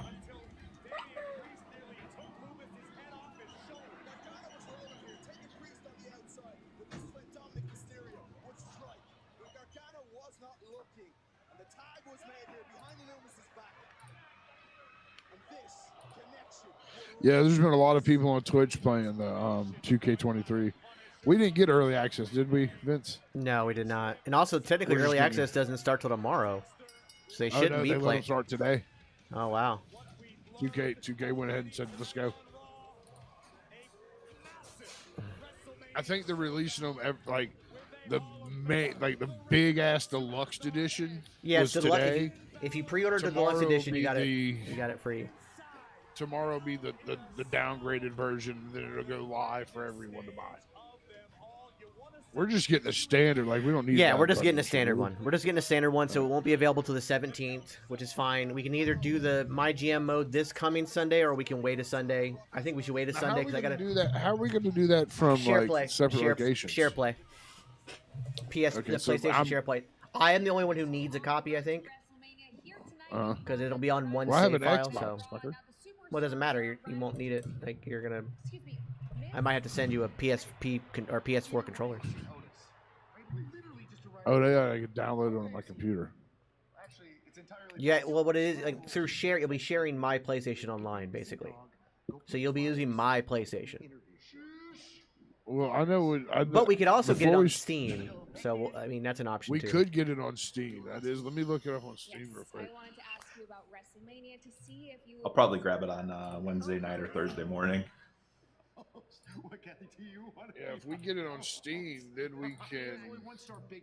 Does I it have to order it, and we both have to order it. I think yeah, everybody would have to order it. It's going to be involved. I'm gonna grab mine on Jesus. PlayStation this year just to make it easier. They beat the shit out of Trish. Yeah. It gets her off TV until WrestleMania. Julie probably really has to come out one more. Oh god, they just deleted the shit out of her. It's gonna be $60. Yep. Unless you want all the bells and whistles of the early OVW days, Brock Lesnar's and Look at that dog shit. Leviathan. I would like Batista. Leviathan though, and I claim every draft. I claim Cody Rhodes, sir. It's a draft, sir. Yeah, if you're not lucky enough to get the #1 seed, We don't need that kind of negativity. what if Dad Hat gets stuck? What if Dad Hat, as the general manager of WCW, drafts Cody Rhodes WCW #1 overall? He knows where me and him are at. He knows where me and Dad had our buddies. He would understand. He would understand completely.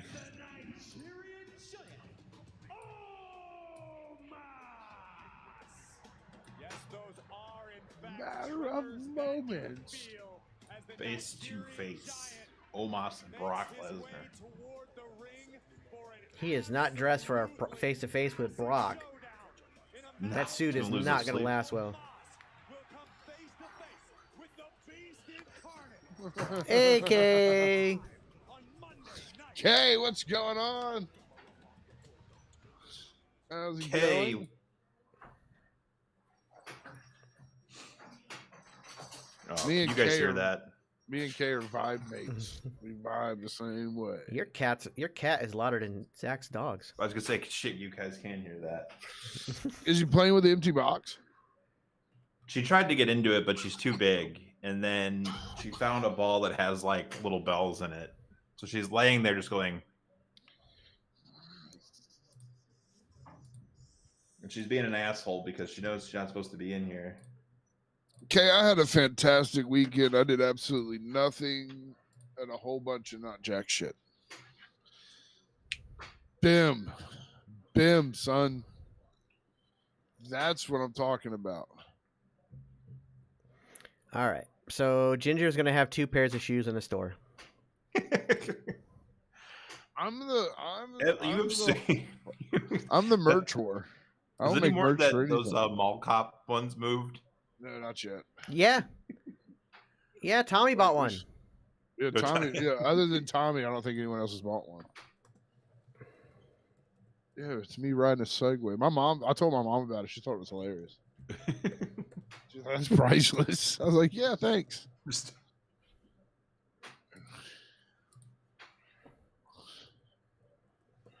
Oh yeah, it sucks. Bike weekends and then spring break begins. That sucks. Nah. That blows, man. CBG, you ever been to a bike week?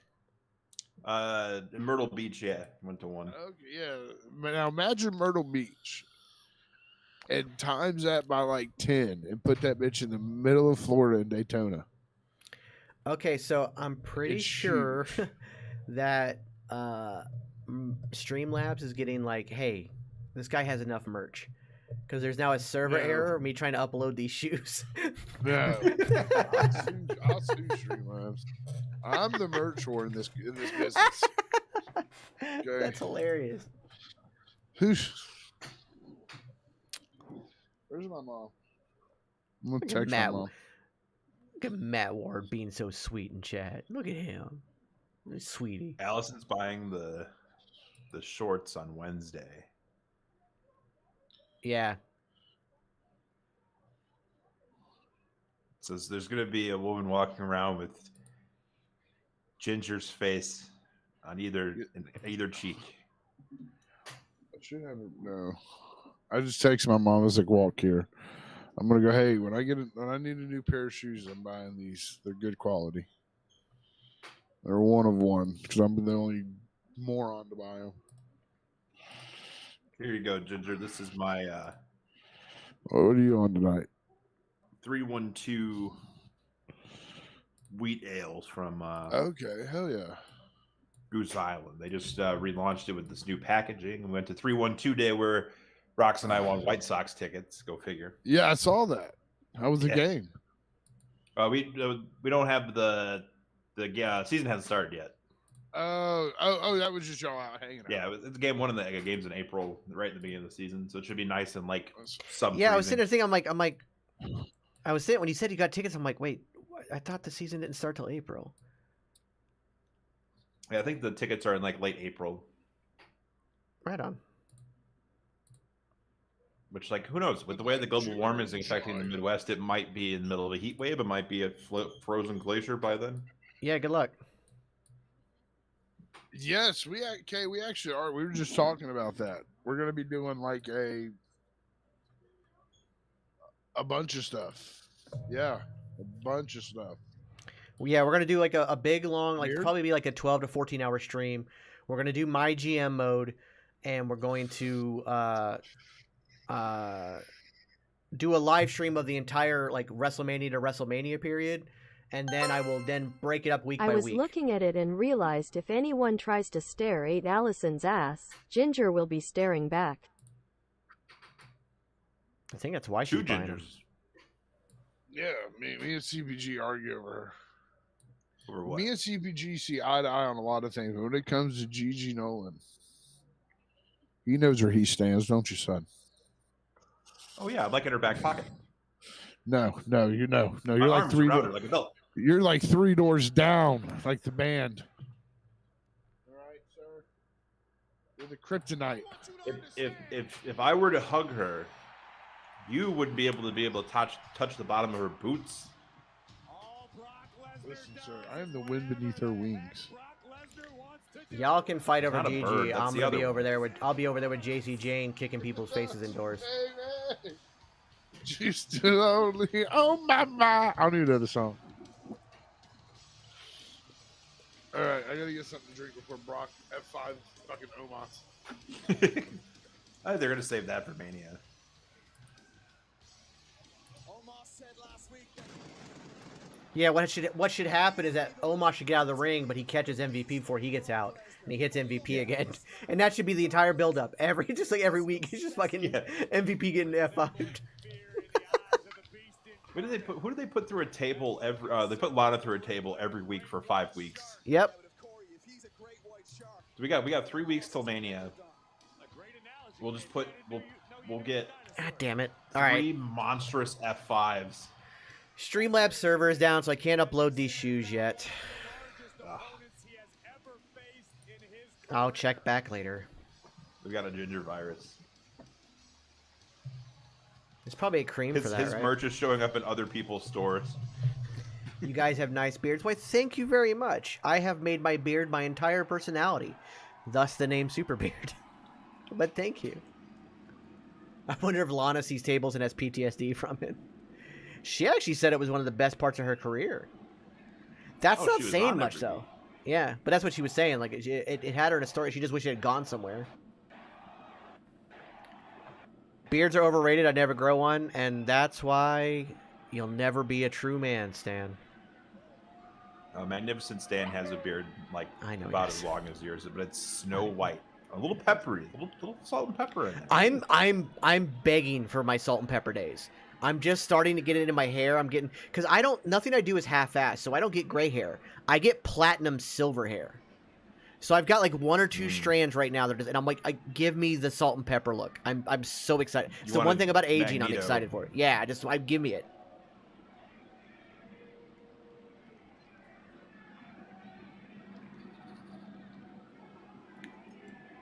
Honestly, for a giant as big as he is, his hand is not much bigger than Brock's. It's not. He's got little baby hands. Man, he makes Brock look small. Well, I mean, he is 7'3". Yeah. Ooh. But you saw how Brock never opened his fingers? He's so smart. He kept his hand closed to make his hand look smaller.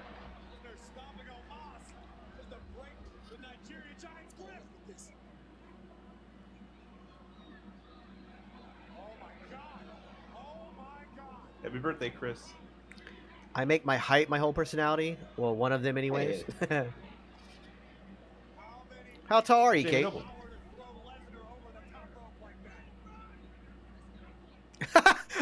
Wait. In a response to that beers are overrated, Kay said, "That's just a cushionless seat, and I'm sad." That is the greatest response I have ever heard in my life. Holy shit, Kay, you're 6'2". Hello, Wonder Woman. Wow. Listen, I would have to look up to you. I do. I look up to you. Always. I will look up to you, and listen. You are half a foot tall. Anyone in this world half a foot taller I than can me. bring to their knees with a swift old dick. It's okay. I carry a stool very well. She's like, I carry a still. That is awesome.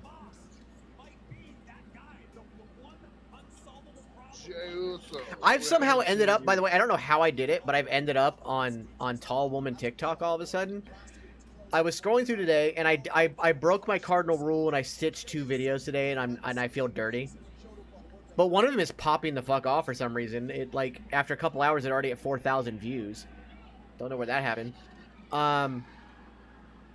But like in my scrolling, all of a sudden there was this very tall woman on my screen, and she was showing, like, people were, there's that whole they think she's faking her height kind of thing. So she was showing herself next to a door and everything else. And then like 2 scrolls later, it was another one, and then another one, and then another one, and I'm like, where all these women are 6'2", 6'3". Like, where did I fall? Where did the Jolly Green Giant TikTok did I fall into? Like, what happened? What? You can't say that. Yeah, I can. I just did. Okay.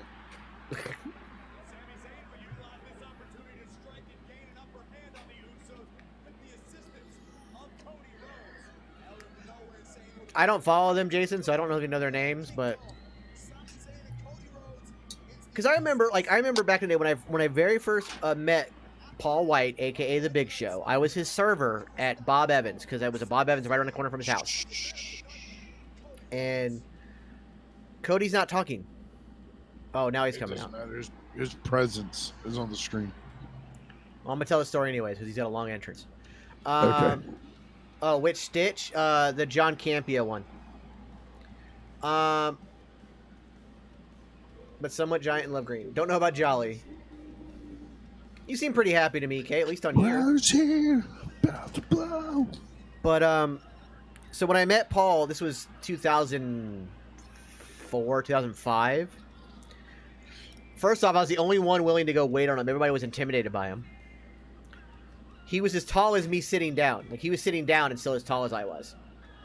Oh, shit. But his wife, at the time, which they're no longer married, but his wife is like 6'7". She was literally the tallest woman I'd ever seen in my life. Oh, man.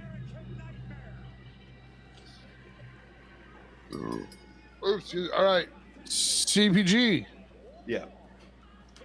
We're going to move over onto Peach Perfect. You're going to keep torturing me until I'm able to get those. What if the lyrics to Cody when he comes out? Oh, do you want to know? Is adrenaline in my soul, shot to the head from the grassy knoll. He kind of could. That guy looks like JFK. You know, just without the gaping head wound. Ginger JFK was a U.S. president. JFK. You raised your hand. Self-bet. I agree with you. I like the jacket too, but I prefer that one from the other week with the full emblem on the chest. That was actually also doubled as a button cover. That's the best jacket, but this dark one right here is really nice. Self-bet's got a nice Cody Rhodes belt. He does. I love you, buddy. He does. Kay wants a Roman Reigns waifu pillow. Do they make body pillows big enough for you, or is that just a standard pillow to you? Like a body pillow to me, is that just a standard pillow to you? Yes, I can. I'm asking a question. She's very tall. A body pillow to me, to her, would not be the same. It would be like buying, like for me, if I buy king size pillows, they're kind of big, but still, you know that.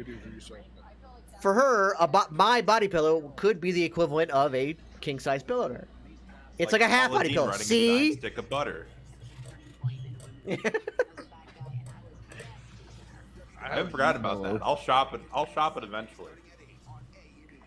Kay, do I not follow you? Do I not follow you on TikTok, Kay? In the background. How do I not know I follow you? One of the shows will be just butter sticks falling with Paula Dean riding them.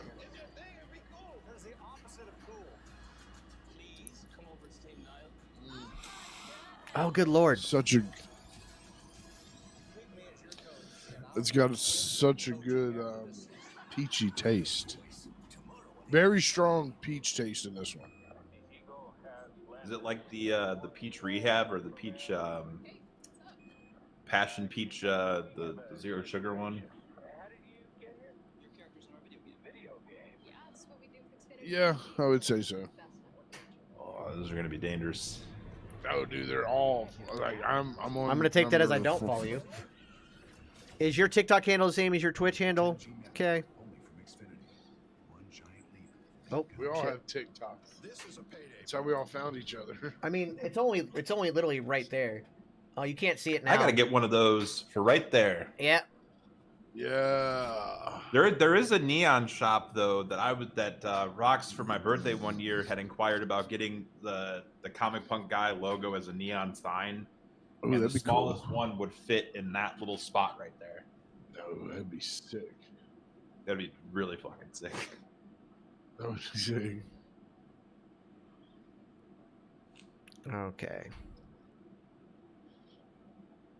Kate Brocato.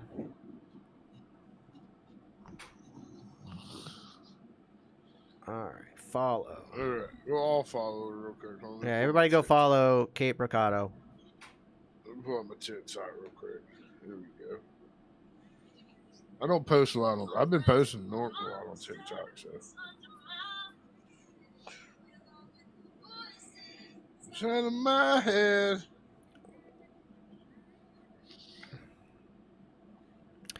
Thanks for the follow, Kay. Appreciate it. Is it the same as the?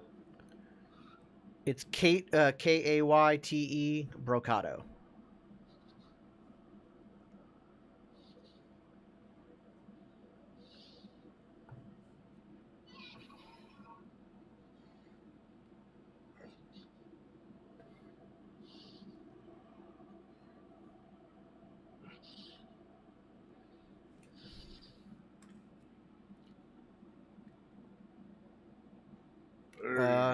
Apparently, there is a documentary coming to Netflix on March 15th called Money Shot. It's a Pornhub story. Fuck yes. Jesus. I will give you a full review on that movie or that documentary the day it airs. It's gonna be. You might have to do that on TikTok, and it all half of it just beep beep beep beep beep beep. Mother, get this son of a.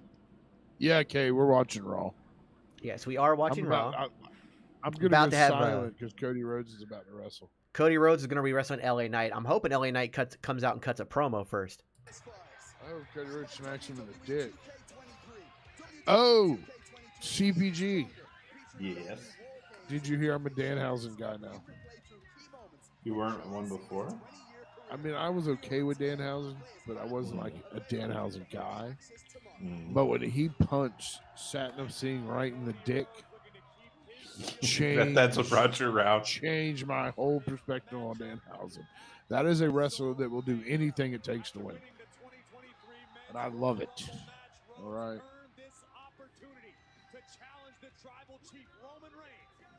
Yeah, I think I followed the right person. I'm not sure. Kay, let me know. I don't know yet. I followed someone that has like 5 videos on there. Yeah, just 5 videos is on the account. Yeah. Okay. And one was like a birthday cake that had pot plants on it. That's it. Okay, let's make sure I follow the right person. I'll be following the wrong people. Shit. I'm curious to know what Cody's gonna do for his WrestleMania gear.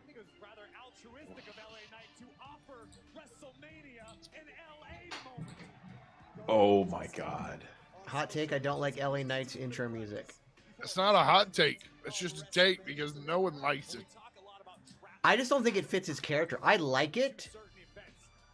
I don't think it fits his character. Like that on somebody else would work. It kind of sounds like Crime Time's old music. It does. That's what it reminds me of.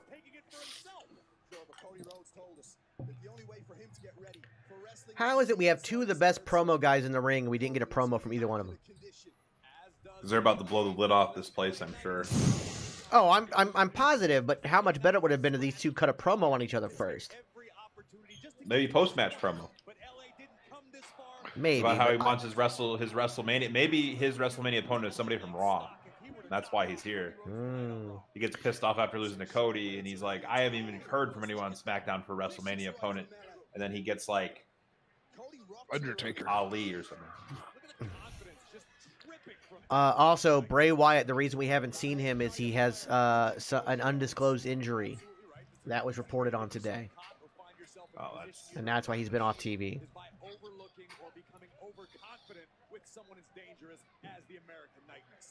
This flyer hurt. Just like the Street Profits is just a team bad theme song with different lyrics. Yeah.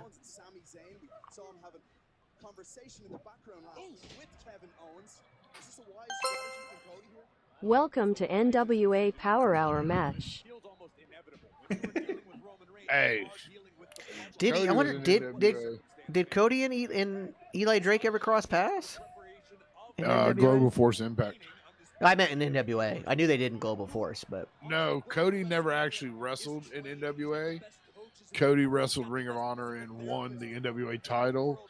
That was before Billy Corben had a whole YouTube series bullshit. Okay. Yeah, he never actually stepped in an NWA ring.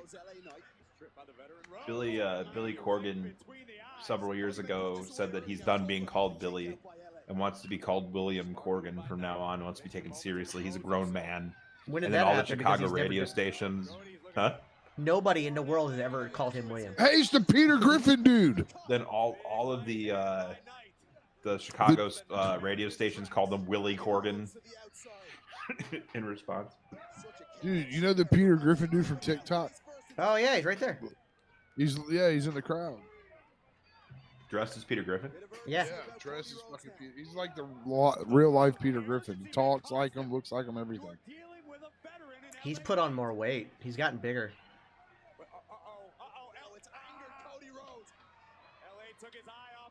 Despite all on the Billy's arcade rage, side, or- Cody was still ready to wrestle in a cage. Well done. Well done, Magnificent Stan. Be back soon. It's bedtime for the kids. Okay, Kay. Okay, tell him good night. Eli Drake, a.k.a. LA Knight with the Pat McAfee move. Oh, there's Peter Griffin. Oh, my God. Yeah. Y'all are way behind me. Oh, I know. I saw him like right after you said it. Okay. I missed the... Cody just got thrown into the corner. Now he's huffing and puffing.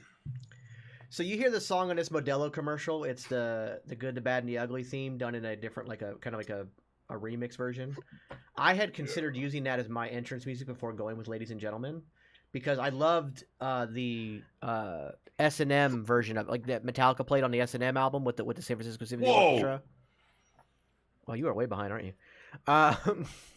We're in commercial, by the way. Yeah, we're already in a commercial. But I just went to the commercial. that Modelo version was the one I'm like, I think the Modelo one works better for wrestling because I can't use the crowd noise from the San Francisco Symphony Orchestra version with Metallica. So I was like, I could use that one. It's literally 15 seconds long on a loop. And I'm like, oh. I was like, oh, it doesn't work. It doesn't actually get to the really good part, the breakdown of the song. It's just a 15-second loop of the beginning part. I'm like, oh. I'm like, that doesn't do me any good. I do love that song. I do love that song though. That good and the bad and the ugly song, and then Metallica's version of it. Even when they do it without the orchestra, when they just do it live in concert, because they open all their shows with it. And I've unfortunately never seen them live, but I have watched several of their live concerts on DVD or YouTube. And even when they do it, Men commercial. We are at a. Is this Snickers commercial? The one where the woman Just for Men now. Okay, now I'm in Just for Men. So now I'm at Just for Men. I was buffering. That's why I was behind. Oh, okay. I'm now at a Just for Men commercial.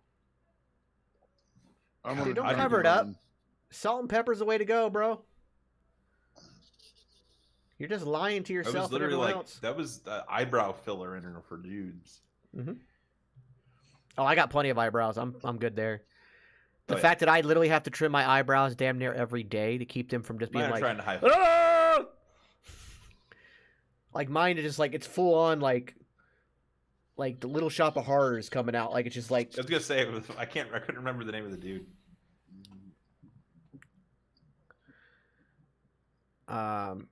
So I have to keep mine trimmed damn near every day. So I do manscape my eyebrows on a regular basis. Plus, I also get a unibrow. That's also big in my family, so I got to keep that down. I've got more hair. I've got more. Get yourself waxed by the same person that does Von Wagner's. Yeah. They have to use a runway strip size piece of wax to do his. Jesus Christ. Tar from the tar pits that took out the dinosaurs. Yeah. Well, it's also to make him feel at home. WWE hires real life Flintstone Von Wagner. Escaped Night at the Museum caveman finds new home in WWE's developmental. Dragon Lee wrestled his first WWE match at a house show. Did he really? Yeah. Either he just did this weekend or this coming weekend will be his first one. But I know they said that he's making his kind of like soft debut. He's making his soft debut.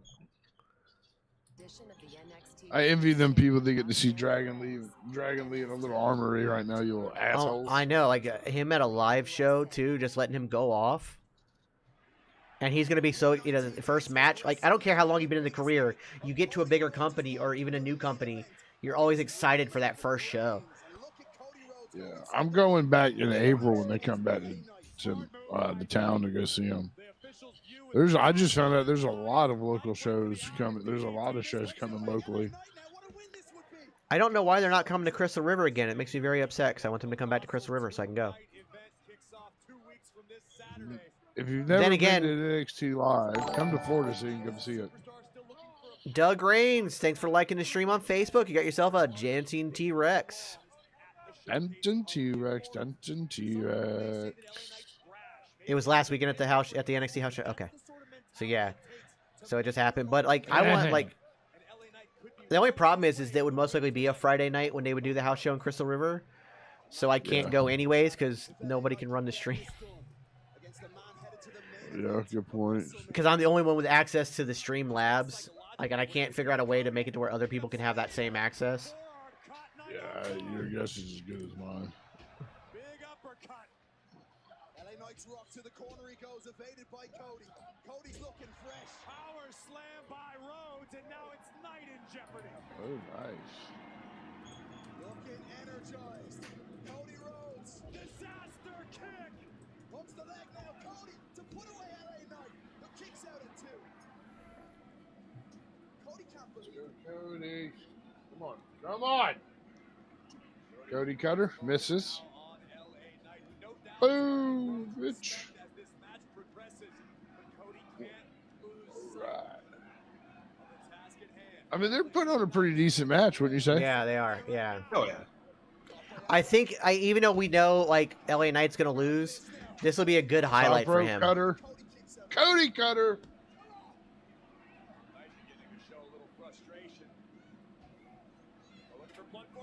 That tattoo's getting bigger. Oh, look, Tommy's in the chat. Hello, Tommy. Hey, Tommy. Yeah, I do love that cutter too. Like, I love that. Like, he does the second rope cutter and it doesn't work, and he's now adapted to the multi springboard cutter. It's freaking nightmare. I don't care who says his name. Justin Roberts says it best.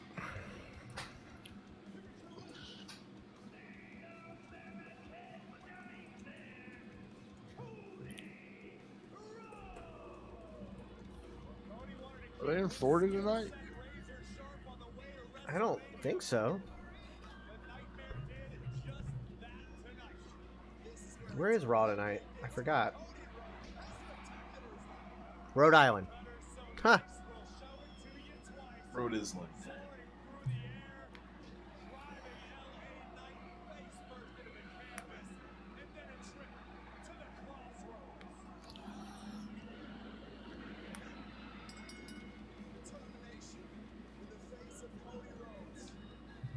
Well, at least getting a promo. Oh, we're getting a promo, baby. Promo. Promo.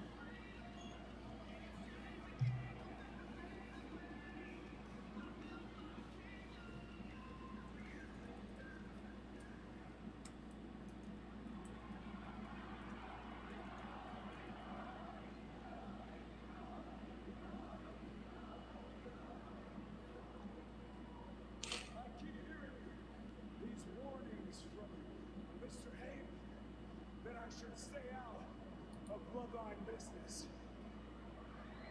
Well, I reiterate, I do not work for the Bloodline, and I don't work for Mr. Heyman.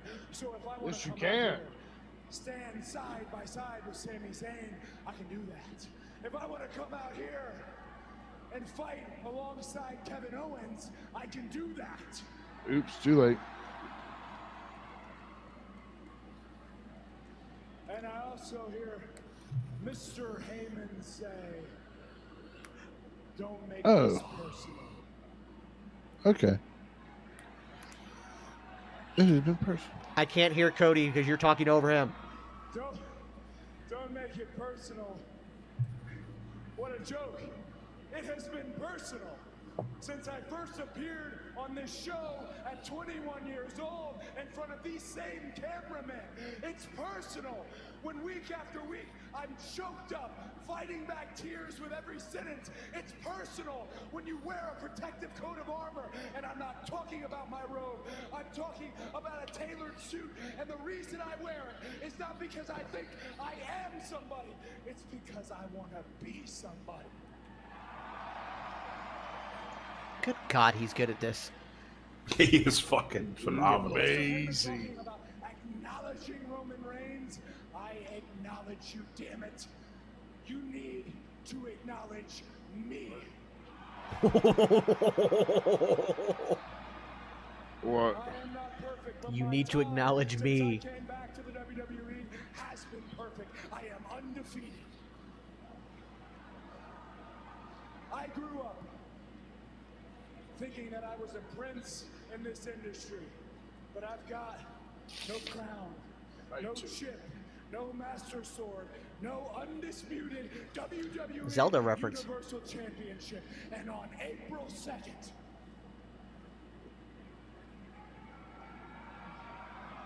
Confirming day 2. Yeah, that's what. Yeah, day 2's when the confirmed. sun goes down on Hollywood, it is going down on Roman Reigns' generational run. On April 2nd, it's not just those who've got the Rhodes and the Runnels blood pumping through their veins. It's every single person who has followed me until the end. On April 2nd, I have waited my whole life. I will wait no more. On April 2nd, Roman Reigns. Damn, it gives me chills, man. Yeah, this is phenomenal. Like, You think with Cody they combine the belts, right? They get rid of the 2 belts. I think yeah, they I will. think Cody brings back. Cody wants the Winged Eagle back. God, I'd run through a wall for that man. Head first to a goddamn concrete steel wall. It's not going to happen, but if Cody were to lose, I would. You remember when RVD and fought John Cena, and the crowd said they would riot, and we were very genuinely afraid of that? That's the same mentality right now. Everybody's coming out. I've seen a bunch of I've almost stitched a bunch of people again, trying to fight my urge to stitch people. Well, how about if they did this? What if they did this? You don't close out the... First off, Triple H's first official WrestleMania as Booker. Arguably the biggest WrestleMania of all time. Coming. Like, it's just set up to be. You don't close it out with a heartbreak. You have this phenomenal story in Cody Rhodes finally winning the title for not only himself, but the family. The prodigal son returns.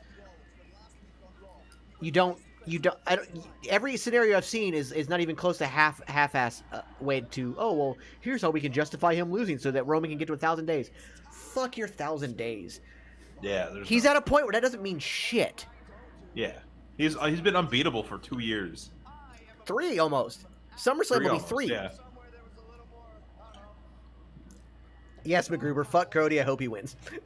McGruber hates the fact that Cody's making him like him. McGruber has always hated Cody. I love his Cody so for me, Rhodes. like, again, I have a bit of a personal get there for him. I have a bit of a personal tie to Cody because I worked with him when he first came to WWE at FCW. I got to work with him a bit. So I have a bit of there's a bit of personal pride involved. I mean, I didn't teach him a lot. We ran the ropes and did some drills. It wasn't like I was this big inspiration for him. He probably doesn't even remember who I am, to be honest. Because I wasn't even even in those side training things we did together, I wasn't even head trainer there. So, but still, there's a bit of like that personal pride in all of this. And I'm just like, but I've always been a Cody fan, and I just love what he's doing and how much he's grown. And again, he's just one of the best, if not the best on a mic right now. Seth, what's your reaction to Logan Paul? Do you think that if Cody had stayed instead of being released, would we get anywhere near this? AEW crowd had already turned on him. No. Yeah. If he had stayed Oh, you in mean WWE, WWE? he had never No. gone and done Japan, never gotten in Ring of Honor. He needed that. Nope. He needed that to He's get been a here. mid-carder to this day. He'd probably still be Stardust. To these different companies to prove that he proved one to himself he could do it, and he betted on himself and won. Yeah. Same thing with Matt Cardona and a couple others. I mean, you want to know another great example of betting on yourself and winning? AJ Styles. He was offered a developmental contract when WCW got bought out, and he said no. And he went to TNA, became the Phenomenal One, went to New Japan, and now look at him. First ballot Hall of Famer. Tommy says, in my own opinion, I wish they'd go back to WWE Championship on Raw and Universal on SmackDown. I believe that each brand should go back to having his big title. I actually, with Roman having the belt, I agree with that. But Cody has already proved he's willing to go to both shows, and Cody's good enough to run separate feuds. He can run a feud on Raw and a feud on SmackDown, and you can run that.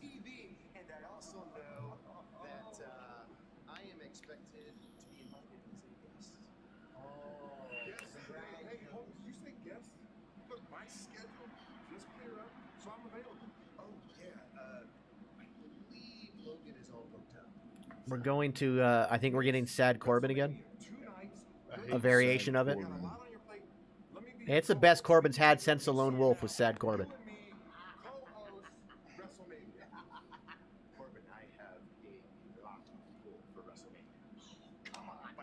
Holy shit.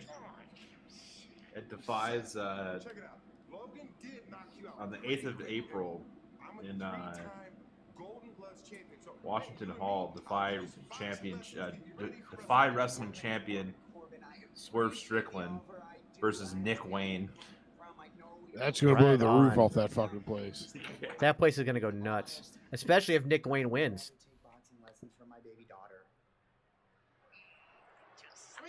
Which it would be Nick Wayne's farewell to win the title.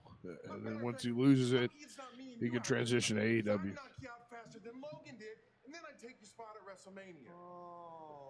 Fight me, I said it.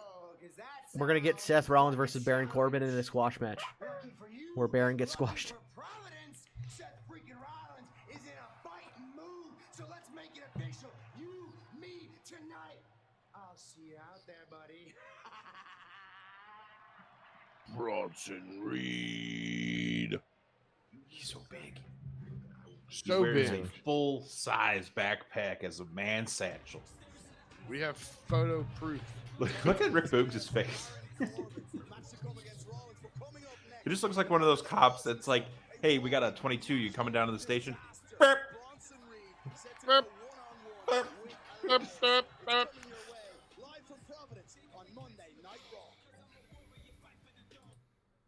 Hey, how you gonna feel when you're all blown to shit in the back of my cruiser? Drugs are bad. Think you're hot shit? Yeah, muscle Freddie Mercury. Yeah. I wish they'd bring the guitar back for him. I really do. If you think about it, Corbin is in the same situation that Seth was in last year. Yeah, kinda. Yeah. But Seth can make something happen, whereas Corbin, they're just gonna continue the whole like sad Corbin thing. But I actually like appreciate it because it's also a great way to just you get him into the sad Corbin for a little bit, and then he disappears, and he comes back as an evolved version of the Lone Wolf. That is how you fix Baron Corbin. Yeah. Desperately need to kick in the pants, and not by someone whose pants are 12 sizes too big. Yes. To accommodate for his huge ass, according to him. Yes, Tommy Shinsuke Nakamura. They can also be holding Shinsuke Nakamura versus Cody Rhodes for the WWE Championship at like yes, Survivor Series or something. Just fuck.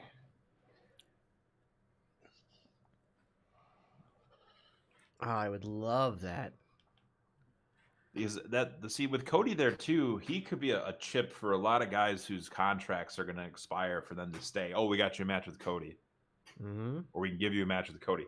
Guys like Shinsuke Nakamura, who could very well just leave, go back to Japan and tear it up, or go to AEW and tear it up and actually get on TV and have TV time. Then they're going to say, oh, if you stay though, let's do Money in the Bank. We'll throw you at Cody. Yeah. Well, it's like Soraya, not Soraya. I'm not talking about Paige, but Soraya. She was down in NXT. She just left and is going back to Japan. That's who I was talking about. Who turns into that superhero? Yeah, she's going back to Japan. So is Pat McAfee coming back in the off season, or is his contract up completely? I don't know what's going on with that because it is off season already. Like we're already in the off season. Yeah. College is over, buddy. Let me tell you about some college football, Tommy. Might I take this one, Vince? Yeah. Okay, let me tell you about the college football season. It ended the same way last year's did, with the Dogs on fucking top as your back-to-back national champions, baby. That's how it ended, Tommy. That's how it ended. You know it ended that way as you Gator fan. I have no idea what you're talking about. College football, sir. College football. I will. But yeah, like as you teach me about punk, I will teach you about college football. I never understood college football because there are people who love college football teams who never have gone to the college, don't have kids that have gone to the college, have no ties to the college. There's an 84-year-old man. Do you want a cookie, you jackass? Was that after we beat y'all last year? Oh wait, or the year before that, Tommy? I'm just curious. There's an 84-year-old man who sits at the bar, and he loves the Alabama Crimson Tide. He has never left the state of Illinois. It's other than his military service, which was go straight to Vietnam. He has never ever left the state of Illinois. He did not go to that college. He has none of his children have gone to that college that he knows of. But he is the biggest roll damn Tide. I'm like, I don't get it. My the family's Alabama Crimson Tide, which is a wave, and your mascot's an elephant. I got a lot of family from Georgia, so I'm pretty sure there's ties. Thank you, Dad. The college there. So I'm a Georgia Bulldog fan. The only thing you need to know about college is they're back-to-back national championships. They're a dynasty, sir. Two wins does not. Two wins. Two wins. Thus, dynasty does not make. You got to win a few more. Use words, Vince. At least 3. Who says win at least 3? Who says we weren't going back? Yeah, if they win again next year or even the year after. You had 2 good years, lol. Y'all are done for a couple. Yeah, we'll see you on the national championships when we host that trophy up, become a dynasty. But that's the other thing. Like for me, like the difference, the reason I'm not a big college fan versus like the pros. College, you're gonna get 4 years out of guys, and then the team can suck. Like you could lose that senior class goes away, and they graduate and they go to the draft, and all of a sudden that team sucks for 4 or 5 years. Like the pros, like those guys, the elite of the elite go, and then even your worst team, the worst worst NFL team, could beat the best college team any day because it's the best of the best. Even the worst are still the best of the best. And so for me, it's always like I always appreciate the pros. This is the 4th week that they're going to kill Elias on camera. Hey, listen, they keep making Bronson Reed look like a beast. I don't give a shit. Well, it's also, I think, building to this either weird partnership with Boogs or eventually Elias snaps, goes heel, and it's Boogs versus Elias in a feud. Who's taking notes? Yeah, full size legal yellow notepad taking notes. And whether he picked that or the producer picked that was really smart because it's a visual you can see from no matter where you're sitting. So it isn't a small notepad where you're not sure what he's writing on. It's full. There's a full-on aesthetic to it. You remember before Biggie won the championship, him taking notes, and he's watching the TV the WWE way, where he's facing it this way. Yeah, but he was straight like on this thing, he was just like furiously. It's not going in. Like he went full. Like his whole chest was facing the camera. Yeah. Yeah, he had so much fun with that. When you look at Rick Boogs, I mean, it'd have to be the Oates of Hall and Oates, right? Does that make Elias the Daryl Hall? Or is this more of a Simon and Garfunkel situation? Now Listen, Bronson Reed's not a powerhouse. Bronson Reed's a beast. I'd like to see Brock Lesnar get Bronson Reed up for an F5. That'd be quite something. By the way, I love that he's also wearing a fanny pack. A pink fanny pack. Bronson Reed Boogs beat Okada. is just the best. Bronson Reed beat Okada. Yeah, as Jonah. He has a win over Yeah. Okada. He's got very few men in the WWE got to win over Okada. That man does. Shinsuke, I think Shinsuke Nakamura does. Does AJ? Oh shit. I'm not sure. I don't think Finn ever beat Okada. Finn was gone before Okada made his big run.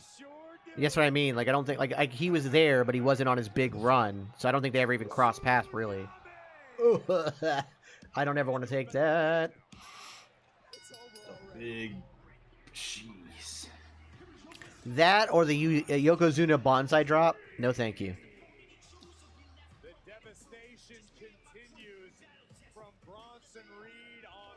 Or the Rikishi stink face. That's an also no.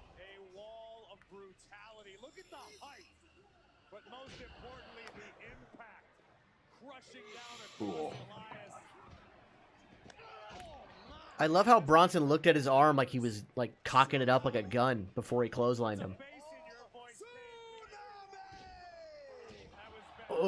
No.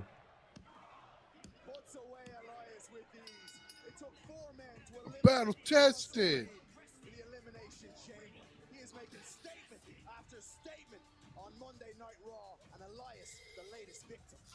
Otis is missing. Oh no. By hoping to provide an update on Trish Stratus. Now, she suffered an attack at the hands of Damage Control earlier tonight. Shush, enough about her. Have you seen my number one guy? Well, if you do, call me. Poor Ortiz up next. Becky Lynch, Lita, can I get a comment from you guys on the attack that Trish Stratus suffered earlier? There were some people saying that they were unhappy with that segment last week between the two of them, that it buried Austin Theory. I don't really think it buried Austin Theory. I think it I thought it was funny, the whole thing. I think it But humbled his character. Hey, so I used the term buried when we talked about it because that is technically the proper term there. But it's a professional burying. It's a burying done on purpose. It's a burying for storyline's sake to build him up. Hey, remember when John Cena called out Roman Reigns on his promos and told him to, hey, you'll get there. Keep thinking about, and that is a far worse burial. Hey, remember when he called out The Rock for having his promos written on his wrist? Mm-hmm. Yeah. Far worse burial, even for The Rock. But it's done in a way to elevate the storyline. It wasn't like technically what Stone Cold did to Lance Storm when he went out there with a pillow and blanket and laid down and snored in a microphone during his match was far worse. Yeah. And that was done not at the behest of a storyline. It was done because Vince was pissed off and bored with Lance Storm and so was Steve and told him to go out there. Yeah. He's like, do something. So Steve went and grabbed shit and went out there. Like, that was an actual burial. Like, that was a burial for burial's sake. I need 2 seconds real quick. Yeah, go ahead. But I'm not going anywhere. I'm just going to mute my mic. Oh, okay. But what John did to Austin Theory is a burial for storyline's sake. And it's a way to like you said, humble his ego a bit and humble the character a bit and make it more meaningful at WrestleMania. I think it was the same. I agree. I think it was more or less with him saying dude, you're not ready to fight John Cena. Are you nuts? And then he buries him, on the mic just to show that he had no rebuttal. At least I I think didn't he have only to just tell him to shut up. Yeah, he had a bald spot joke. Yeah, I have a bald spot, but at least they don't pipe in crowd noise to my matches because they're so boring. What this has done is now when Austin Theory beats him, it means that much more. You already get the rub of beating John Cena at WrestleMania. Main event Cena. Yeah. Big match John. Yeah. You're going to get... Now it's going to mean even more. And he'll have something else like... so where was John Cena? You know, he said that, you know, there was no piping in the crowd noise when I won, and those boos rained down, and I'll take those boos. You know, there's so much to build off of for his character from that. So burial is technically the right term, but it's a professional, it's a work burial and not a shoot burial.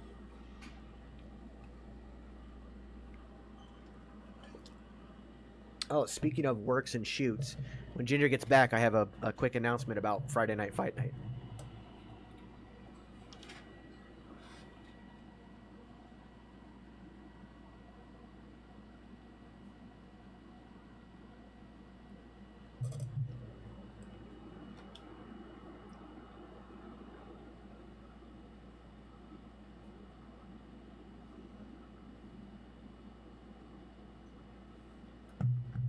Fight me, I'll punch you square in the face. My cat was doing that while I was trying to cook today. I'm in the kitchen cooking shit, and she's decided like my ankles became her chew toys. And like, what are you doing? Stop it. She's discovered the cords that run out of this into the wall, and she doesn't do that with anything else in the house. And all of a sudden, here is this big playground. Then she wants to be held, and then after being held, she wants to bite. So I'm like, you know, you can stay down there. You can look at me with your saucer ass eyes. What do you do? Solo Sikoa tonight in a street fight. Kevin Owens. Now, Kevin, tonight you face Solo Sikoa. In the past, you faced every member of the bloodline, but refused to ask for help from Sami Zayn this go around. So, can I ask why, given your history with him? Yeah, I asked for help. I needed help for a long time, and I didn't get it. See, what I think has been happening lately is Sammy's the one asking me for help. But, The only thing I don't quite understand about this storyline, with the way Kevin is handling the situation, about like, oh, you picked the bloodline over me, blah blah blah. How many times has Kevin betrayed Sammy and then expected back, you know, with arms wide open? Oh yeah, I mean numerous times. I had to get there. I had to get through several pages, but and so now, like when Sammy's like, "Hey, you were right, I was wrong," and this. Hold on, hold on. I need to try to murder this cat real quick. Okay. I'm sorry. Two of my closest friends are hanging out right now. They're on TikTok Live, so I had to invade and be like, what? Y'all don't like involve me? So now I'm going to send them the Twitch link so I can give them shit live. Sounds good. Once CPG is back, I have something to announce for Friday Night Fight Night. Okay. You gotta get another drink later. He is currently strangling his cat. CPG be killing that pussy, baby. Yo!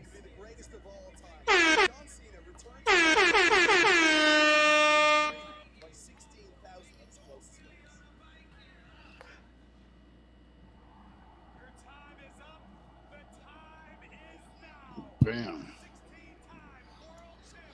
Yeah, she used to live in St. Augustine, but she just moved back into town, so I just found that out. That's cool. Got a fucking hair. Is it something I should be worried about for Friday night? No, SmackDown? it's never something. If it's something you're gonna be worried about, I wouldn't be saying it on air. That is a good point. We would have talked privately. Hey guys, Friday Night Fight Night.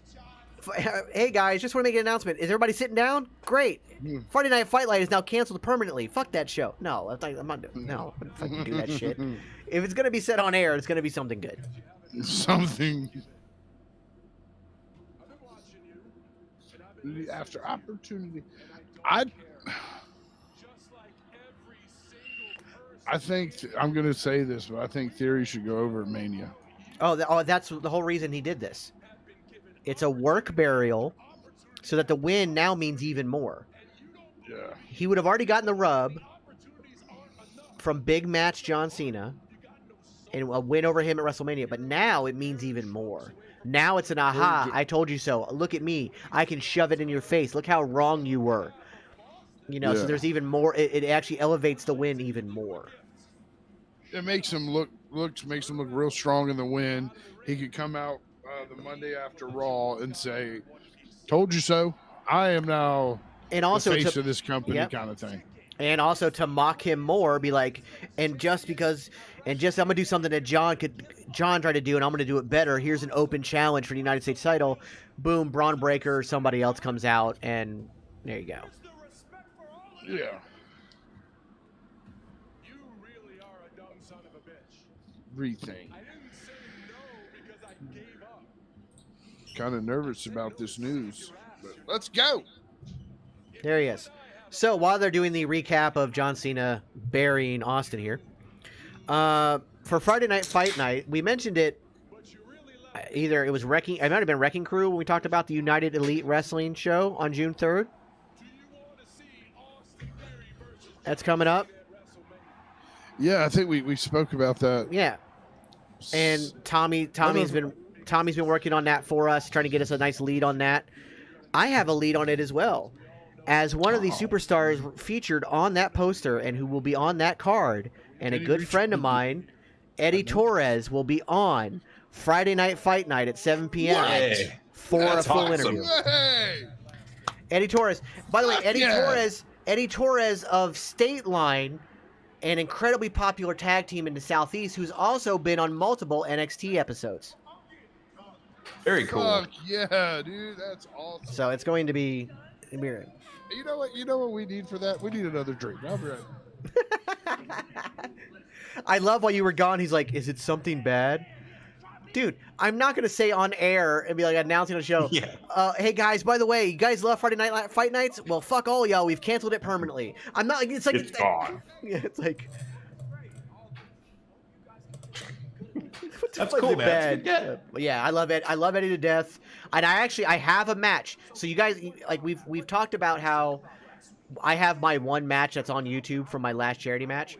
There's one other IWE match on YouTube, and it's Eddie Torres versus Torture, spelled Torcher, in a street fight where they destroyed my car.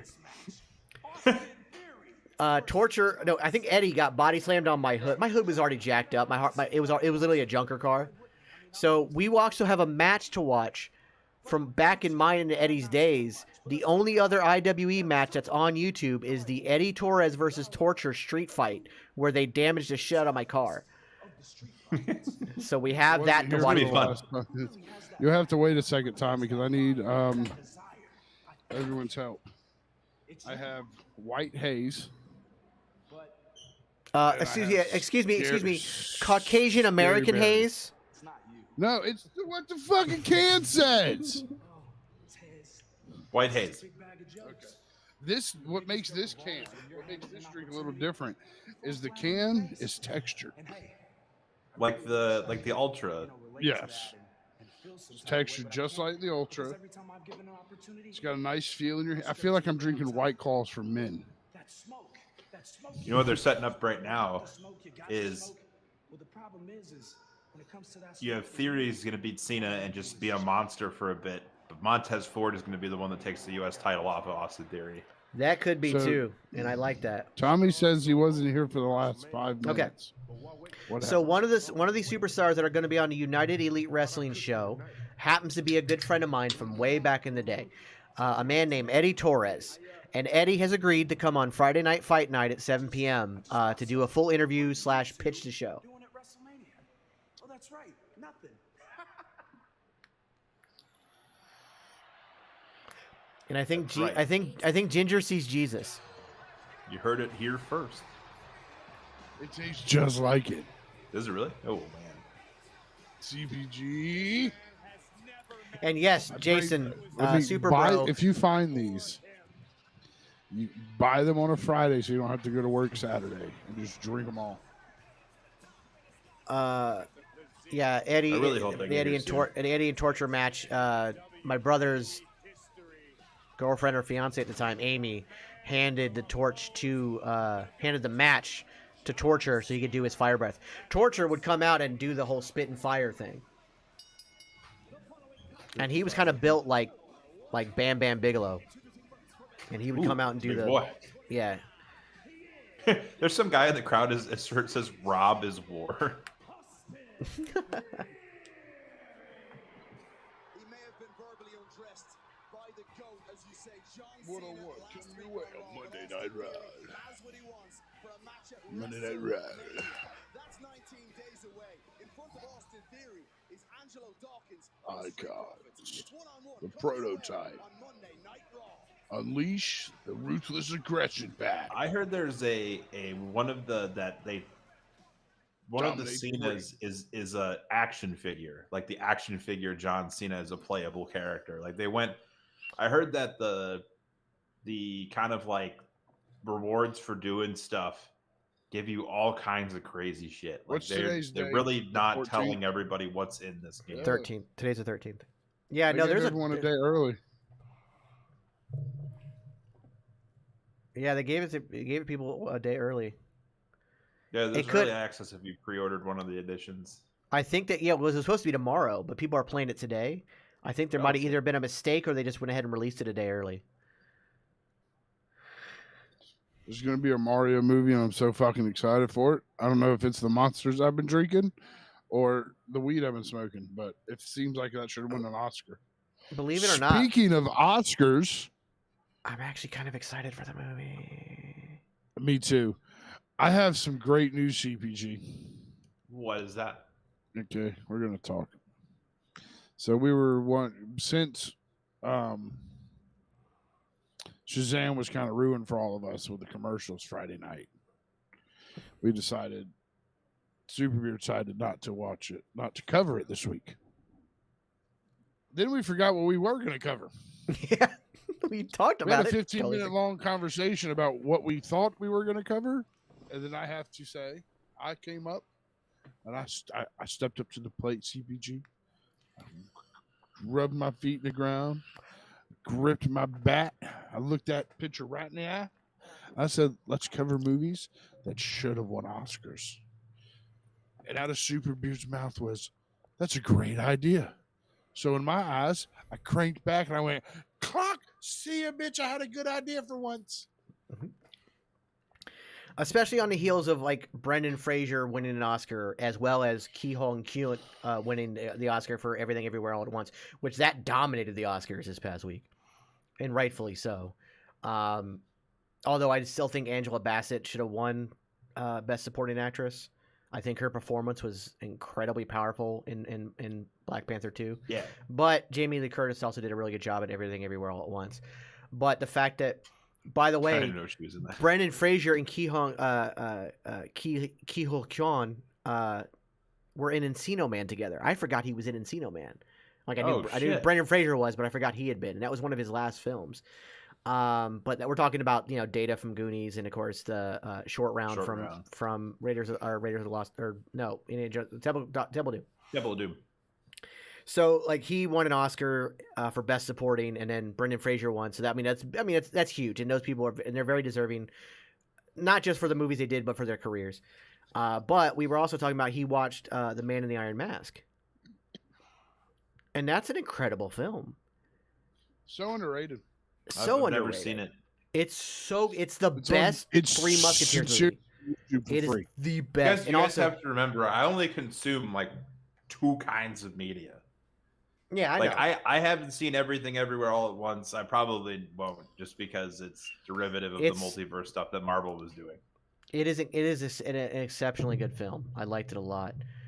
And like I said, very deserving of all that it's win, including winning Best Picture. Like I think, yeah, it makes sense to me. I don't know. My movies also all Michelle never Yeoh, get nominated. And they're Michelle Yeoh won Best Actress. Like, so I was super excited about that as well. But yeah, like there are Marvel movies that should have won Oscars. Like there are superhero movies that should have won Oscars, and I'm not talking about like, oh, it won Best Cinematography or it won Best Score. I think Superman won Best Score, which it's John Williams. If John Williams makes a song for a movie, then it should win because it's fucking John Williams. He's the best there is. But there are plenty of films out there that have just not gotten. I mean, we were talking about Leonardo DiCaprio, who, by the way, plays 2 roles in this film, in Man in the Iron Mask, and kills it. Yeah. Didn't win his Oscar until The Revenant. Yeah. Like, seriously? So there's actors and there's movies out there that should have won Oscars that didn't, and so that'll be the discussion coming up this week. I picked it. I had an idea, and it was good. So that'll be Thursday night, 8 p.m. Eastern. Make sure you tune in to the Geeks and Noobs podcast, our flagship podcast. I'll warn you now. My picks are not going to be popular. Like, it's what movie should have won in 1993? I'm like, well, Happy Gilmore, obviously. Well, yeah, obviously, but it didn't. It was bullshit. That's what we're going to talk about. Like, Black Panther: Wakanda Forever should have won everything. It just swept the Oscars. It was the greatest movie last year. I have a secret. I may or may not be a little buzzed right now. More leaning on the may than not may not. Well, Austin Theory is about to fight. I know. Now I know what CBG feels like when he's watching Raw. It's amazing. Why haven't I been getting drunk watching Raw all along? And by the way, do you want to know something crazy, though? Something I never thought would happen. Top Gun Maverick was nominated for Best Picture. Oh, yeah. I think that was just because of the, I mean, it's really good. It's a really good movie, but it's. Wait, I just. I haven't seen it. I haven't actually. It was nominated, but it didn't win. I can't remember. I can't remember the first. I know I've seen it. I've seen Top Gun. Oh yeah, but it's been what, decades? But I don't remember anything about it other than it being like ridiculous. It was very much an 80s action film. It was very much an 80s action film. Should have won every Oscar. But the fact that, like, it's just crazy that it was even nominated, to be honest. How did it not win an Oscar and it's ran by Scientology? That's Battlefield Earth. That movie should never win anything. Okay. With Travolta, that was. I saw a video of him. He introduced the in memoriam section, and he was barely holding it together, and he looked like shit. Did you hear some of the controversy about the? You know how the Oscars does to remember the people that died, kind of thing. Yeah, the in memoriam section. Yeah. Yeah, they left people out. They do every year, and it blows my mind that they don't like. There's controversy every year because they leave out important people, and like you would think eventually they'd be like, "Hey, we need to stop having controversy. Can our research team do a better job?" Well, see, I haven't been looking into all that stuff until I got on the Geeks and News pod, so now I feel like I have to. So this is the first year I've heard of any controversy, sir. Oh yeah, no. Every year they end up leaving somebody out. But I think this year they left out. I think who was it? Was it Anne Heist? What's the one they left? They left out. It was like, holy crap! I can't believe you left that person out, kind of thing.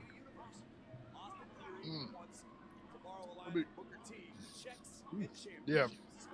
CBG, when you find these, take the day off work. You'll drink all 16 of these and won't realize you drank them all. When I went back to the fridge, I was like, fuck, I only got like 2 left. Okay, so I'm going through. I'm just looking at like the best picture winners and like I was trying to see some things, and like 2023, it showed me the list. 2022, the 2021 list, the one that won was Nomadland, directed by Chloe Zhao, which is why she got the Eternals job. I don't know any of these films. Walmart people, right? Wasn't it? I think I don't know, but like the list of movies for 2021, I don't recognize a single one of them. Not a one. It should have been Spider-Man: No Way Home. Did Tiger King win anything? It wasn't a movie. That's a series. That would have been an Emmy. Yeah. So the list of movies, I don't recognize a single one from 2021. No, take that back. Judas and the Black Messiah. I remember that movie. Jesus Christ.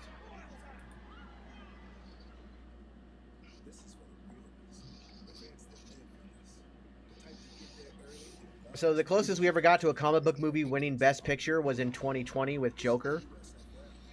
But I don't consider that a comic book movie. Should have won. Well, I don't consider that a comic book movie, and I'm glad it didn't win, because the movie's fantastic until you lay all the Batman tropes on top of it. If they took all the references to Batman and the Gotham out of it and just made it about a man, with a mental issue losing his sanity, That's a fantastic movie.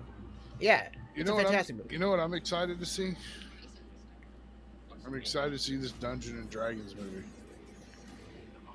I'm gonna have to roll the die for how high I'm gonna get to watch that. Yeah, I'm a little worried because the track record when it comes to Dungeons and Dragons movies is zero. Like they've never had a good one. Oh yeah, that one with Jeremy Irons. Oh my god. And Marlon Wayans. Oh, it's so bad. You can tell that that snail's name with chalk and it rolls off. You can tell that Jeremy Irons, the great actor Jeremy Irons,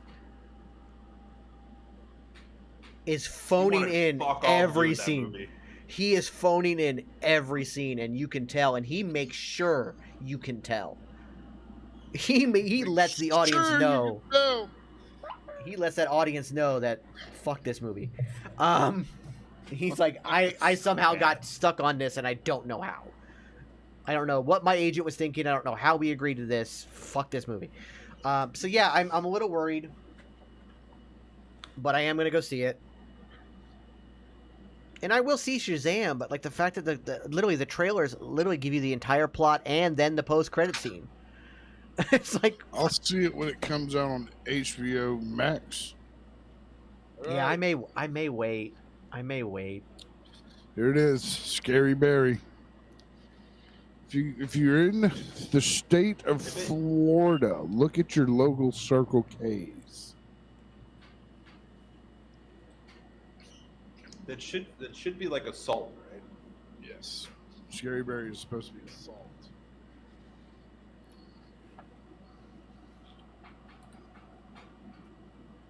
I mean, I wonder how many DUIs happen. You guys just ride down the road like this.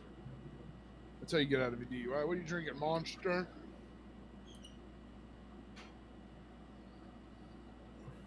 But they're in like Red Bull size cans. Yeah, I knew that they were gonna be like the White Claws, right? Yeah, I was kind of hoping they'd be the monster size cans, to be honest. I was hoping by the time I drank 3 of them, I'd be fucked up. Like the big old Mountain Dews. Yeah, but I'm stuck right now just having to drink almost a whole case tonight. I am gonna kill this cat. She going to die. Now she's scratching at the bottom of the door. All right, here we go.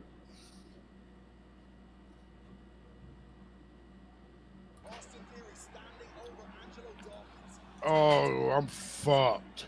Oh, no. Every single one of these, dude, every single one of these are amazing. I'm gonna mute this while I scream. Shut the fuck up, you. I'm narrating. Shut up, you fucking cat. I will fucking skin you. You will be a naked fucking pussy by the time I'm done. Super beard. Yes, sir. I love your eyes. Oh, thank you. It's very sweet. You're welcome. I may or may not have 3 friends of mine watching. Give them a shout out. Hello, guys. You know, they didn't invite me to hang out with them. Rude. But to their defense, when I called them out about inviting me to hang out, to their defense, they go, well, we know you stream. We know you don't like to miss it. So it kind of like right to my heart. But in all fairness, on a TikTok Live, you can stream and do TikTok Live. I'm talking invited to the house to have a party. Ah. Listen, I'm trying to see my boyfriend. I ain't seen my boyfriend in a while. I got John. I haven't seen in a while either. I got Garrett. I ain't seen him forever since he got married. He probably thinks I abandoned him. I could not do that to him though. This is how I am in real life. Like, no, I would have said the same thing to him. I miss my boyfriend. You married my best friend, and I'm like, it's a package deal. You married my best friend, you're stuck with me for the rest of your life. Yeah. Which is how it happens. It was actually at their wedding I discovered what Twisted Tea was. Oh. This fucking cat, I swear to God. I'm so sorry. You're good.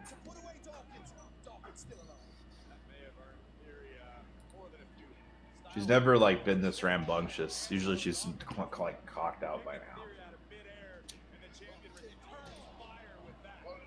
California. Drink up, Jax. Hydrate.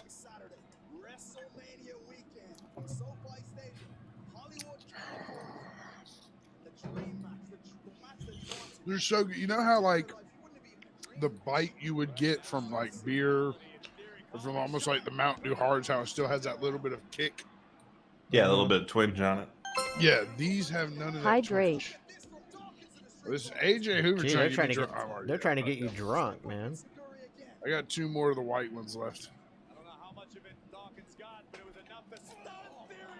If I bust out the Yingling Hershey's, that's when y'all have to start worrying about me.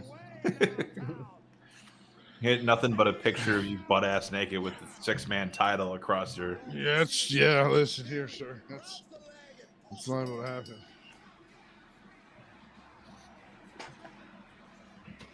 So Theory's had the United States Championship since. He went back. Did he win on Raw? I don't Or did he remember win when it he won at a it. pay-per-view? I don't remember. I don't remember when he won it. He won it, though. I can tell you that much. Anybody in chat So- know when he won it? Insult the internet. Matt Ward, if you're still in chat, when did Austin Theory win? Matt Ward's becoming our fact checker. SummerSlam. Okay, thank you. Oh, and I put the STF on. Or Survivor Series.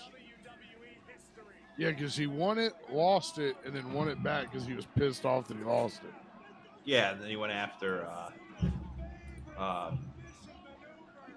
Dude, I'm gonna lose my temper.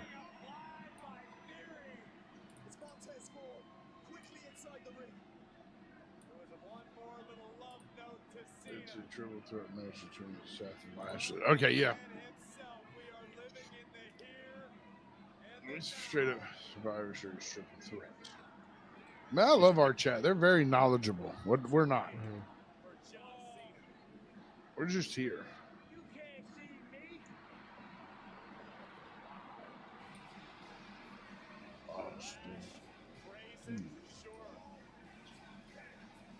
I wish they would have saved Cody and LA Knight for later on in the night. Yeah, It was a would have been bit a of good a way to weird kick off placement. from 9 to 10. Yeah, it was a Yeah, bit the of a 9 to weird 10 time placement. frame. Sir? Ray's got the same font for his little segment there as they did for Batman Forever. Mm-hmm.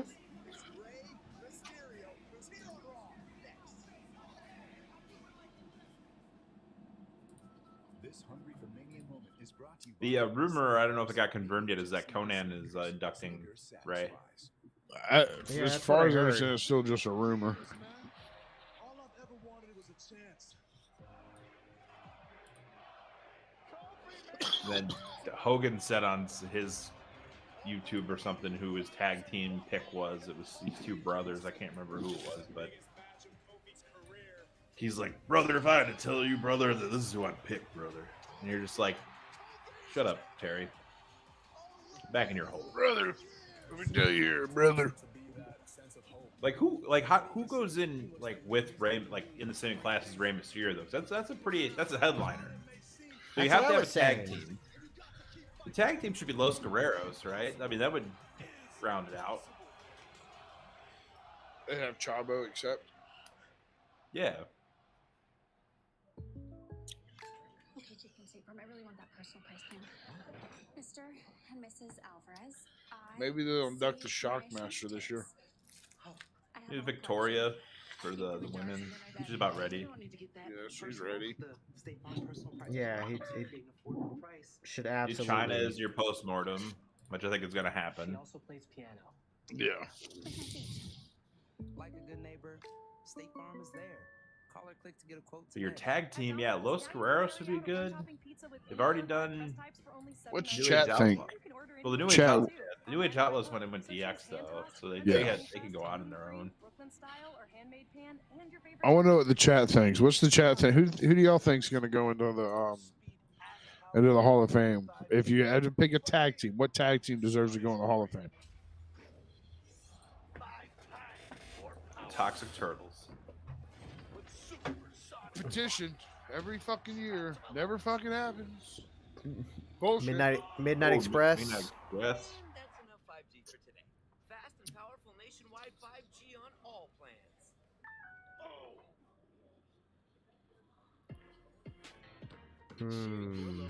Gemini.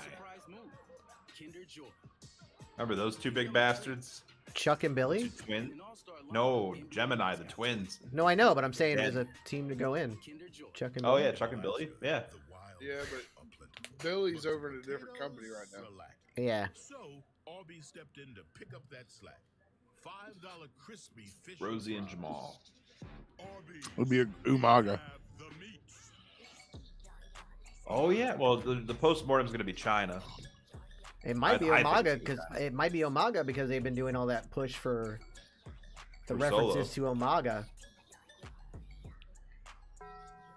Damn it! Now I want Taco Bell.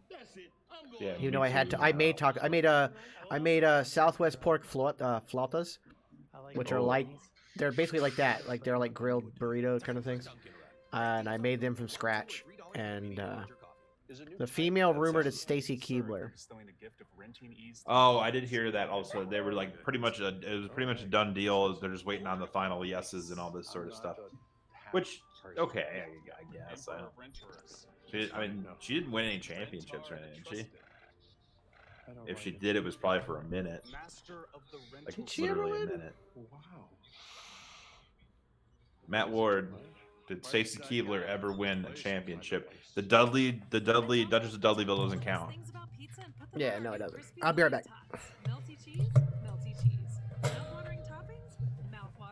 AJ Hoover says no, she didn't. Try our new crispy loaded tots with your favorite pizza, only at Domino's. This is what I live for. Jax, so you're gonna get to that point where we're like, Jax, are you high? And you're like, hello, and how are you? What? Yeah, I'm stoned as fuck right now. So you're gonna get to the point where we're like, Jax, are you yeah. high? And you're like, hi, and how are you? I'll do it tonight, there, motherfuckers. No, but I am planning a special treat, and I will have to have a disclaimer we have to have made. I'm going to eat 2 brownies. Oh my god. 2 hours before WrestleMania starts. No, you want to remember WrestleMania, don't you? Listen, my match I care about's on second night too, so I'm good. You don't give a shit about the rest of the card.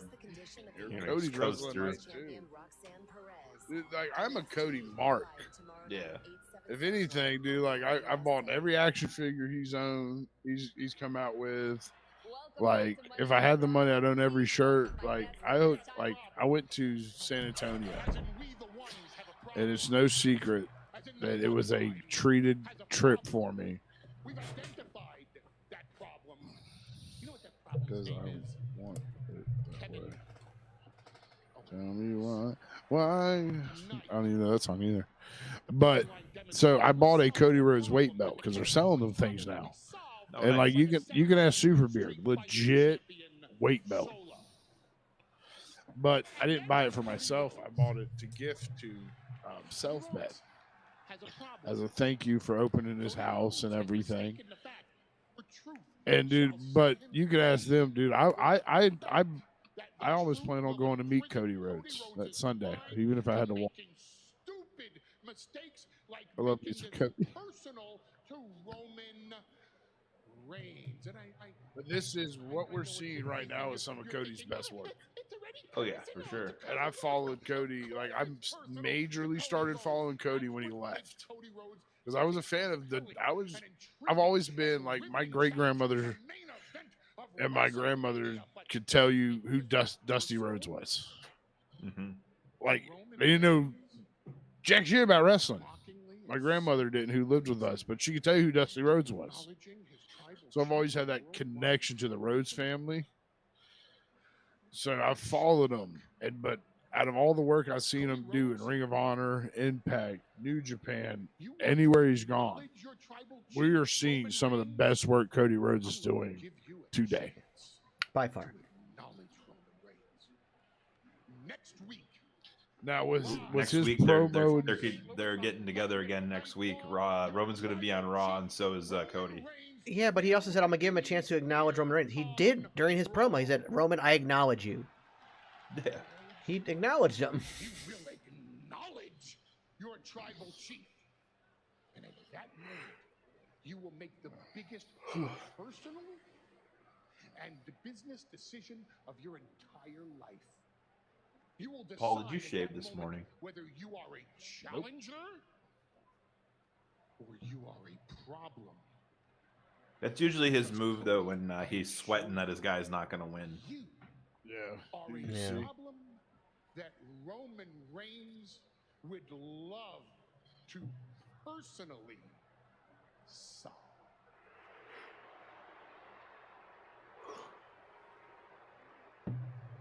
It's Friday Night SmackDown. Wise man himself, the tribal chief, is coming to Monday Night Raw next week. That is massive, massive. The legendary Luchador. I'm not a fan of that man on commentary. I think Kevin does a pretty good job. Oh, he does a good job. I just don't like him. Better than Byron Saxton. What is all the heat with Byron Saxton? It was kind of like another, he always disagreed with everybody, where he was like just everybody's target immediately. Like Corey Graves targeted him right away. JBL targeted him right away. Like the amount of times it was like, "Shut up, Saxton." Yeah, that kind of got out of hand.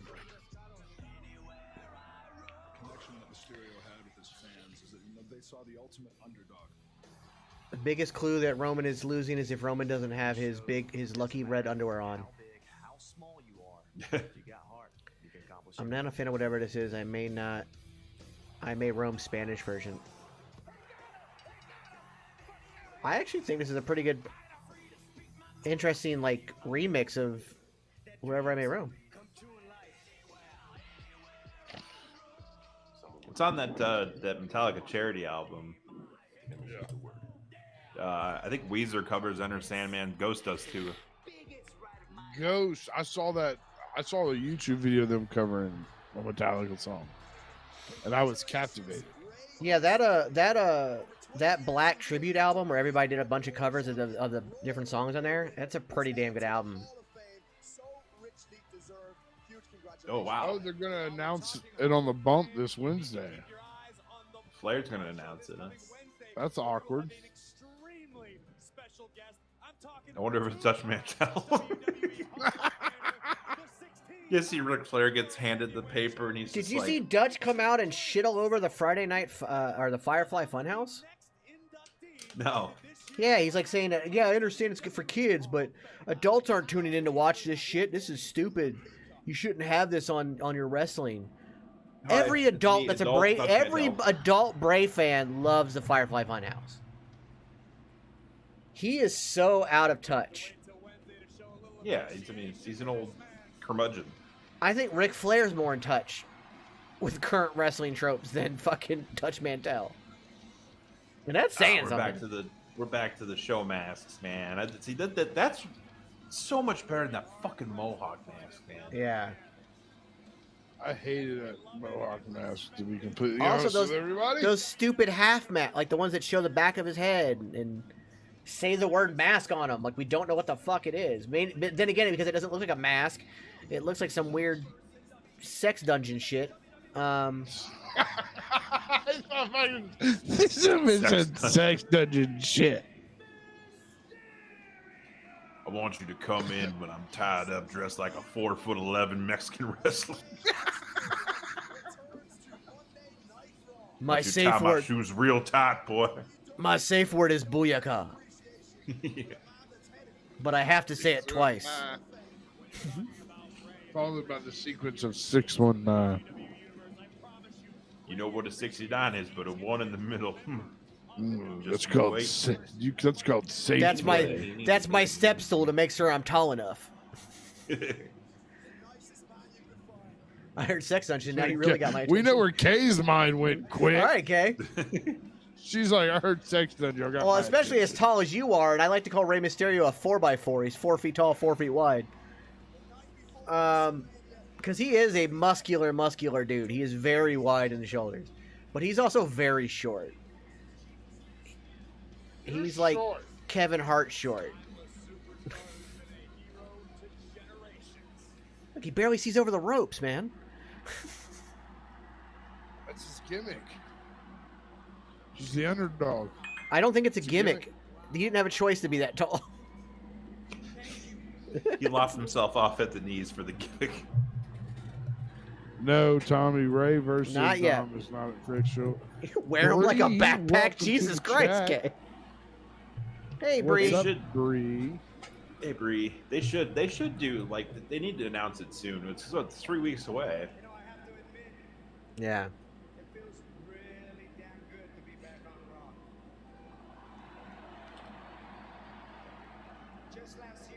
Now, how did Dom interrupt him before he got a word in on SmackDown? But we're on Raw, his show, but we know he's there.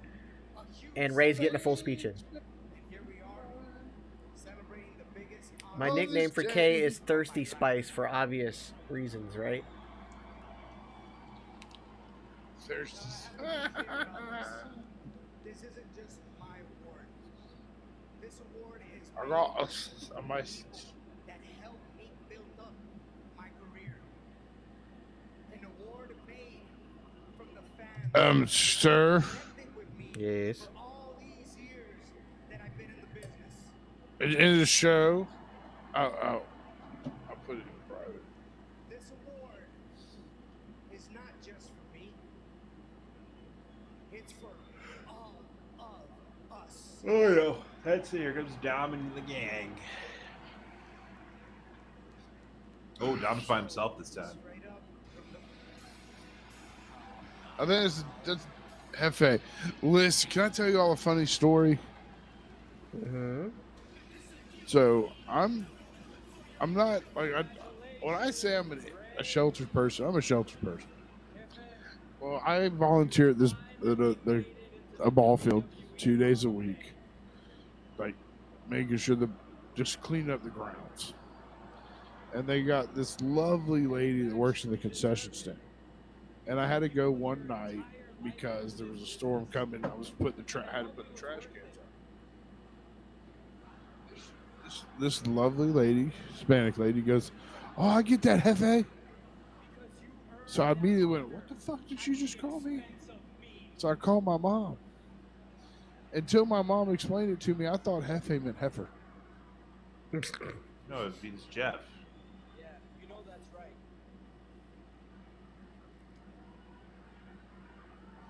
Mr. Jeff, my name is Jeff.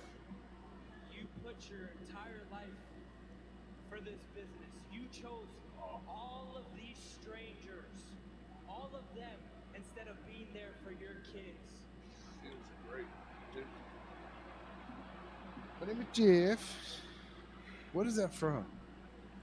22 Jump Street. 22 Jump Street. How does it feel? Huh? My name is Jeff. Is it an honor knowing that I went all those nights without having a father? Oh, man, we got an hour left of this. Tommy had a match, or Dom had the opening match of the night. Promotion.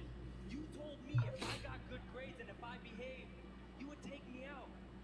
But guess what? But Tommy, to Dominic's defense, he always wears his fucking gear. Why? Because you're a no-show, and you were over here at WrestleMania, huh? You ditched me for WrestleMania.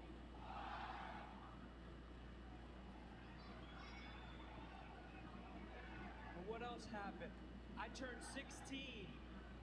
Oh my God, he's doing the rich spoiled boy shit You said now. you were gonna get me a new car. Yeah. A new car. Ford And all Pinto? of my friends showed up with brand new Mercedes. And Oh, you this is... got me okay. a BMW? First off, I will take a BMW or a Mercedes. And it wasn't even an M series. Welcome to the jungle. We got fun and games. You know what I'm going to do once we get off stream tonight? What is that, sir? We have some leftover chicken from dinner tonight. I'm going to put it in a tortilla, and I'm going to eat it. Put it in my mouth. Go num, num, num, num, num. I'm going to make some pizza rolls. Some pizza. You know, I have looked all over every fucking store I've gone to for the fucking White Castle rolls, and I can't find them, and I'm pissed off. That's right. SummerSlam are all out for both. You know, you're gonna be able to find them. Because I challenge you to a match at WrestleMania. Yeah, Tommy. In 1 week, they forgot to put the teardrop on the wrong side of the face.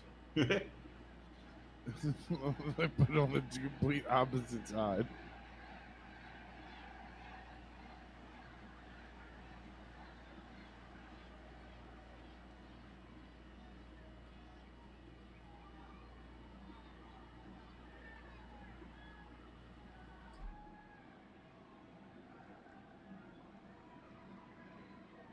I don't know how many times I have to tell you, I'm not gonna fight my own son.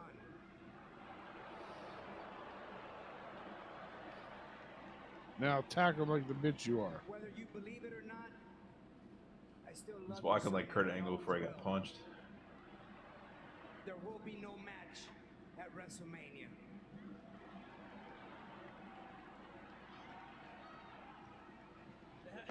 That's your guys' Hall of Famer? Huh? That's your guy? Huh? You're just gonna walk away now? Huh? Mr. Hall of Fame? Yeah, that's right. If I was Ray, I'd slide into the ring right now. You know how you ran away from Raw? You ran away from your entire family? And you ran away from me!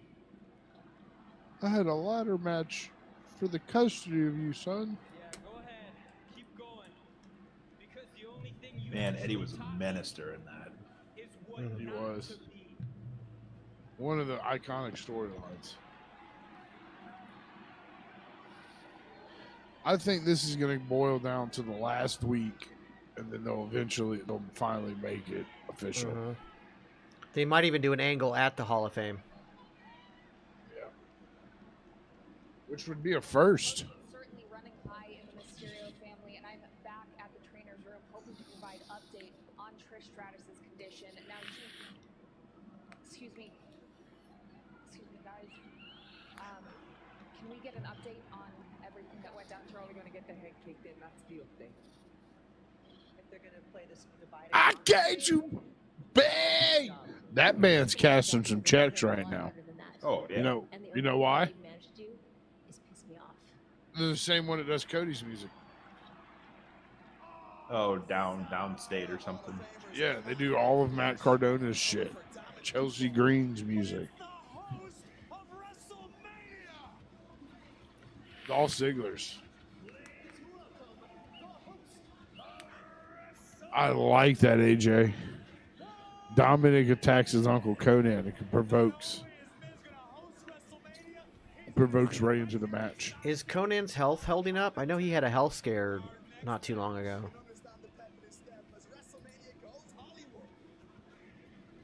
He must. I mean, enough to like have an angle, like he can come out, like he's still doing his podcast and everything, but like can he?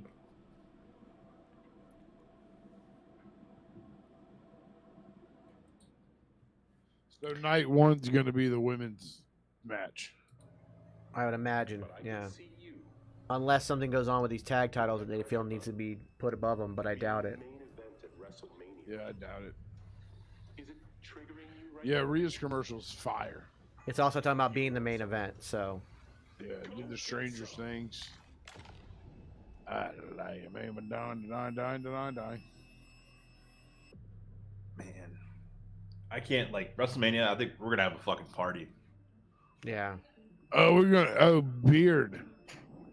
Yes, sir. Were you here for my announcement for WrestleMania? What announcement? So good you were not here. So 2 hours before WrestleMania starts, night one. Mm-hmm.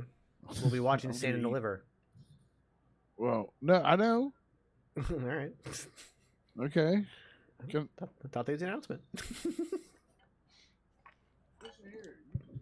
You just sit down there. All right. I'm watching you. I'm already sitting. All right, good. So 2 hours before WrestleMania starts, I'm going to eat 2 brownies. Oh, fuck. Yes, so sir. Jax will be insane for the first half of WrestleMania, and then we'll be passed out before we get to the main event. Nope. I'm going to fight the brownie to stay up. We're gonna have to And you weekends will at Bernie lose. you all the way from. And you will lose, sir. I will dethrone the brownie. No. Super Card of Honor is not the same day as Stand and Deliver. Super Card of Honor is on Friday night. Stand and Deliver is on Saturday afternoon. Is Super Card of We Honor will be included in doing Honor Super Club? Card of Honor. I don't know. I don't think so. What? I still don't know if Super Card of Honor is included with the Honor Club.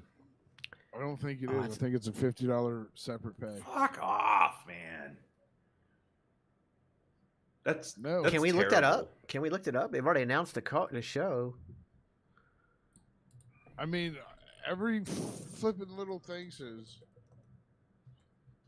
yeah, Super Card of Honor watch along. Ring of Honor is on Fight TV. Is Says Super it's Card on already Fight. advertised for Fight? On Fight, I know you're going to have to pay for it. Will Super Card of Honor be on Honor Club?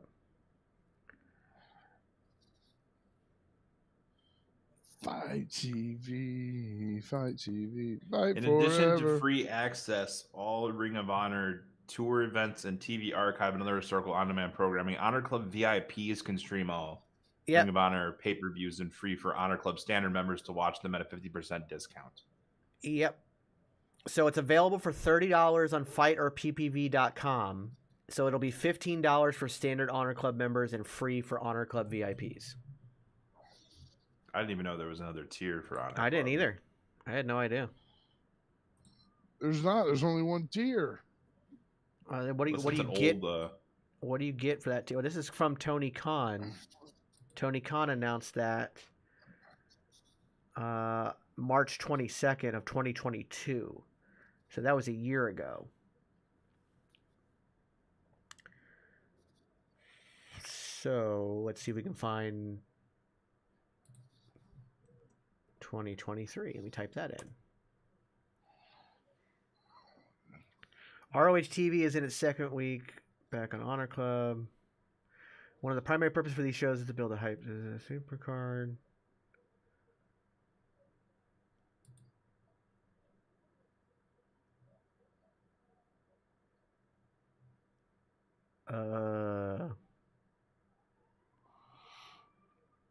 Tells me nothing.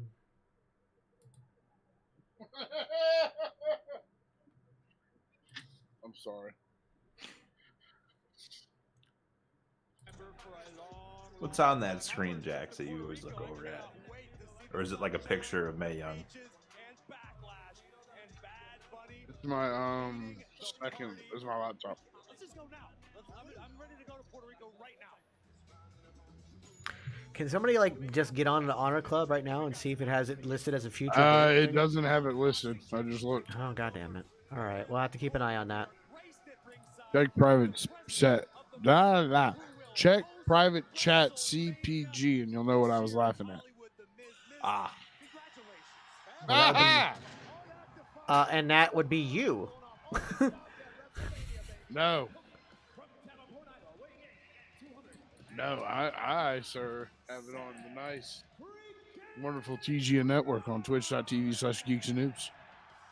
Seth freaking Rollins said he'd rather get boxing lessons off his baby daughter than Baron Corbin. Corbin certainly didn't take too kindly Right back. insults. Seth Rollins has been insulting everyone and anyone for the past 4 weeks, the past month. I've been insulted, stomped by Seth Rollins, yet people still sing his song. People still chant his name. I don't get it. Well, I think a good friend of yours, at least sometimes, Logan Paul, is looking to put an end to all of that, as we saw last week on Monday Night Raw, when Logan Paul turned Seth's lights out cold with one right hand. Absolutely incredible. I've said it a million times. Logan Paul has picked up wrestling faster than anyone. Adrenaline in my soul, something something Cody Rhodes. Sorry, Bree. I'm like the 10-hour shifts today kicked my ass.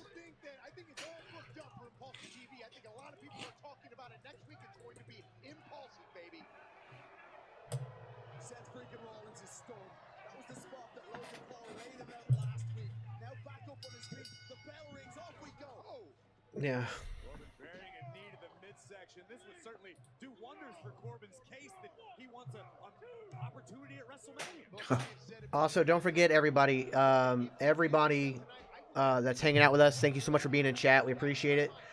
Stick around at the end of the show. We are going to raid somebody, so we're going to go give some love to some other streamers and get it out there. So we'll wait and see who it is, because we still got 45 minutes of this. So we'll see who's still live then, and then we'll raid. Kevin Patrick, stop insulting the host of WrestleMania.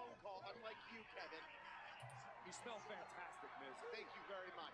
Seth now going to work on Corbin, who turns the tides once again. Seth is out. Seth is rolling a kick to the midsection. Adrenaline in my soul. Every fight out of control. Do it all to get them off their feet. Crowd is here, about to blow.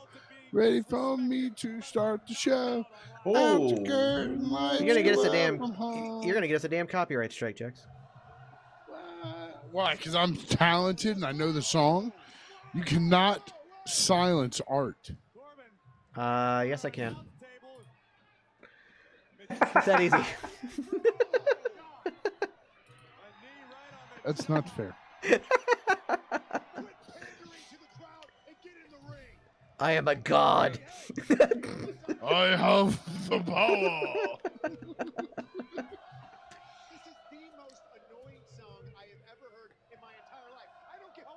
I have the power. I don't think it's like Baby Shark annoying, but obviously, look at that.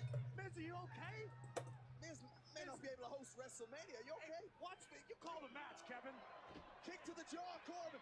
TGN's got talent coming soon. I don't have words, man. I'm not trying to be an asshole and brag. Like a baby bird chirping in spring. I don't like because it times. just hit. It just hit, and I don't know. Like I've had bigger things hit, but like they told me that it was big, but I didn't think it was that big. That's what she said. Now I'm awake. Yeah, that'll do it. I would be too. By the way, I have not slept yet. In case anybody notices, I am wearing the same shirt, and it's because I haven't slept yet. So it's like, that's why what change? She said. Thanks, Brie. Right.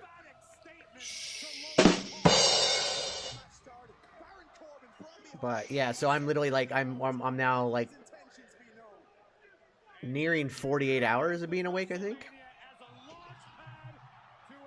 I've lost all sense of time. Also, the daylight savings screwed it up too. So it might be 47 daylight hours. Savings was brutal this year. It should be like this fall. Supposedly is the last one. I believe they moved it up from 2025 to 2024. So this one in the fall will be the last one. Firepower. Fear the subathon is over, lol. I know. I'm aware. It's just my life. My life is one entire subathon, just with no money.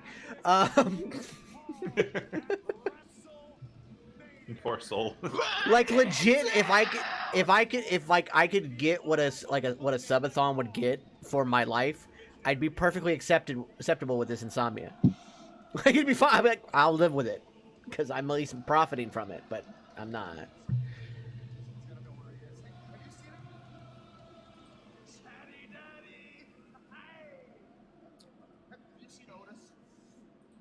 Shit. Optimistic Ali. Chad, trust me, you gotta be more optimistic. That's a nice camera. Why is his camera better than mine?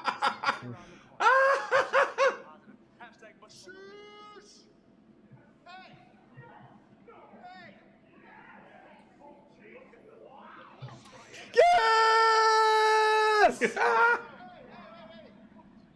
Why is his camera so much bigger than mine? It's only a $6,000 camera. That's a good point. And who cares about the camera? We got OTs! Look at his hair! The glasses! The sport coat without a shirt! The briefs, underwear!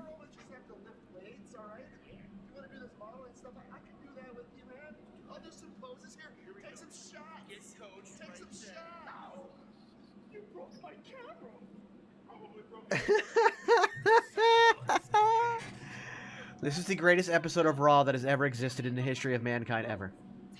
Just because of OTs. Yep.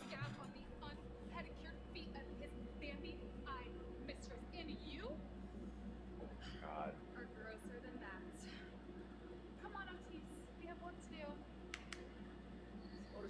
Look at poor Chad Gable being left alone. That's some bullshit. I'm getting spicy now.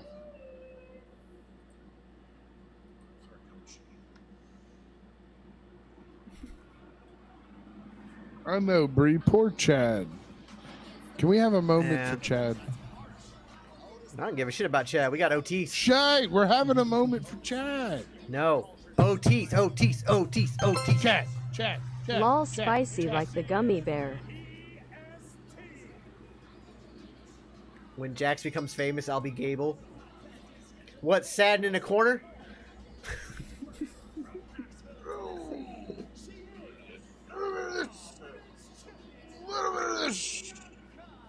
Yeah. That's free. I kind of forgot about this match. That's not good. It's her against Carmella, right? No, it's her against Chelsea Green. Oh, Chelsea Green. But I meant the Asuka Belair match.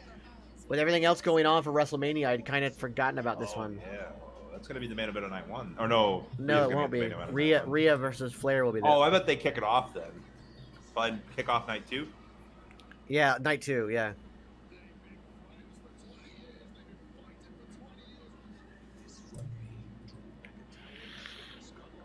Which, by the way, they announced for the Madison Square Garden house show a 20-man battle royal for the #1 contender for the Intercontinental title. Woo. How does that work? When we just had a 5-way for that, and now Drew and Sheamus are doing it. CP Mother F and G just bought a Wolfpack 2.0 shirt.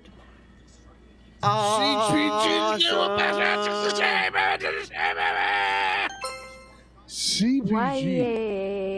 Y-A-H-H-H-H-H. CPG, did you hear the really cool news? What is the really cool news? Let me tell you this news, buddy.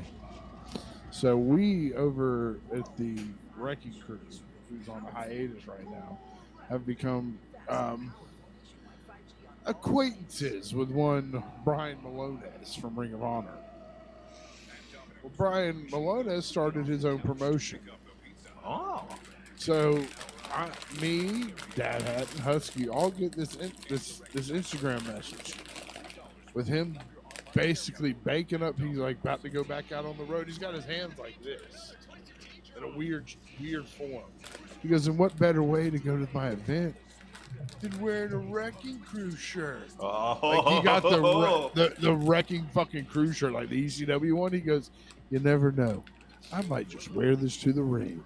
I'm thinking, holy shit. I have fucking cool. made it. When Brian Malones is wore a shirt for a podcast, I'm involved in it. Fuck yeah, dude. Okay, so the Madison Square Garden show happened. Ricochet won the Battle Royal, but had to fight Gunther the same night.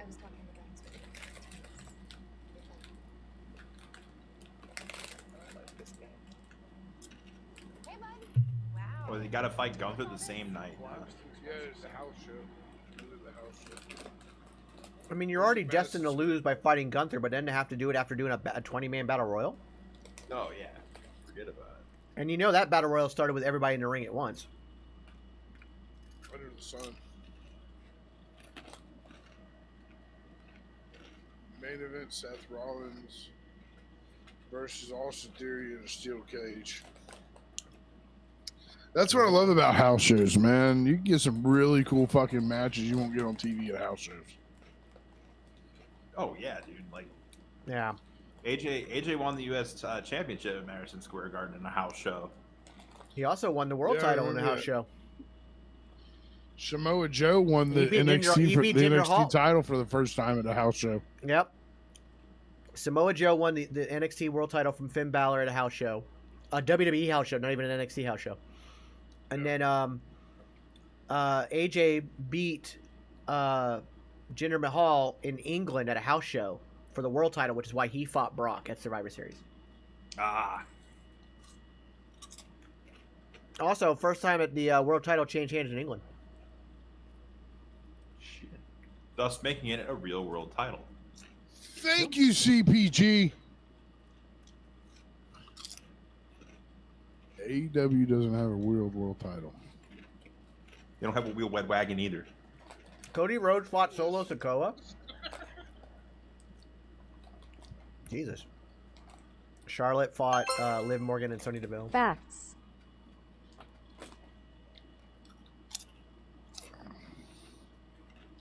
I'm on the top now. I'm on the top. By the way, now. AEW changed the All Atlantic title to the international title, right?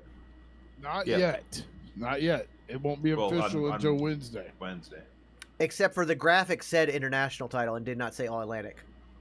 So that's the announcement that's been done. Why did they not make a bigger deal out of it? They did. Tony Khan did an announcement and everything. Not really. He just said we're changing. Like what it didn't. What the fuck is Carmella wearing? No, what he said was the title's leveling up. They should have brought the title out itself, brought it in the middle of the ring, and talked about it. Nope, title is leveling up. That is a bullshit response. As of Wednesday night, it will. I'm just listen, sir. I don't give the response. I just report them. Well, you're also trying to tell me that he gave a response and he didn't give a response. He didn't make an announcement about it. He just said some things. That's not make it. No, he made an announcement on Dynamite. It was like a 15-second announcement. That's not an announcement. It was still technically an announcement. No, that's him just talking. It. Yeah, but they advertised it as an announcement. So shouldn't that make it an announcement? No, it does not. If you advertise, let's agree to disagree. Look, Jax, if you advertise that you're going to go take a shit and all you do is pee, did you take a shit? That's totally different. But you advertised it. You advertised it. No. You advertised it as taking a shit. He said an so did you have shit come out your dick? Did you have shit come out your dick? Tony Khan had a major announcement. The major announcement was the title was leveling up. So technically, it isn't a fucking announcement. I love you. Let's agree to disagree. I will kiss you with my eyes closed, motherfucker. Well, that means I win. But Tony Khan is a piece of shit and has the worst announcements ever. By the way, they built up the announcement of the show All Access for 2 weeks. He said he had a special announcement before the commercial break and came back to it. Why can't we just hug it out and be title. friends? Wait, don't you? Where's Tommy at? Tommy, are you still in the chat? Tommy, all I need you to do is type the word agree in the chat. Agree with Jax. Let's hashtag agree with Jax. Let's get that trending in the chat. Hashtag agree with Jax. I can time people out. After they do it. I have the power. So anyways.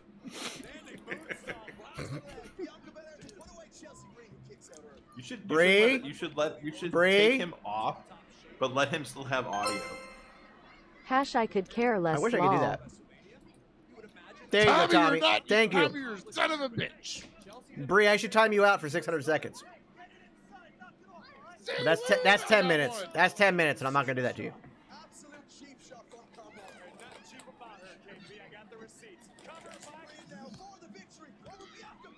Hashtag I could care less. Tommy. I have a feeling you're gonna threaten someone. Oh, Tommy knows I'm not threatening him. Ooh, Tommy has timed out Bree for 15 seconds. I'm just looking at Tommy. This is just watch the world burn. Beard, put me big screen real quick. Tommy, look into the camera. Look into the screen. You know what I'm capable of, sir. A little Woo City. A little dick kicking. I could care less. Little dick kicking. Okay, I'm done now. Strong words from a strong man, Captain Insano. Captain Insano. They call me Captain Insano. Don't forget, Tommy did buy your mall cop shirt to put out there. I do. Yeah. I blame tonight on CPG. Why? Because you've been every night you come Let's out here have with a these match, good sir. tasting drinks. Me versus you. I have let's have only a had match, three. sir. I'll shoot I have you only had 3 beers because I'm not repeating last week. I know, and I'm having. I like to my drink job. Like I have to drink like you are repeating last week. So hey, that's your choice. Oh yeah, Tommy. As much as I would like to have a match with you, let's not victim blame or call somebody else the villain here, sir. Let's go ahead and take accountability for your actions and step up like a man. I'm not saying what. Holy just talking about shit!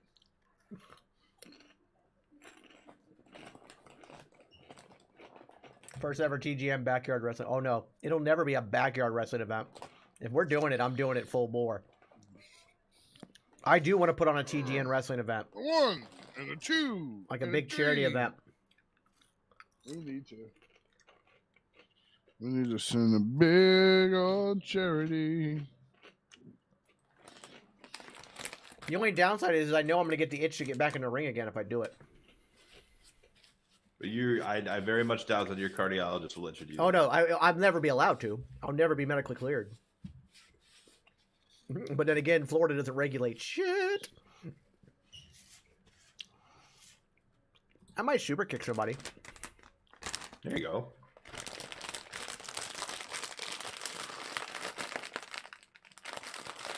Because even though I'm fat, I can still do a very good super kick.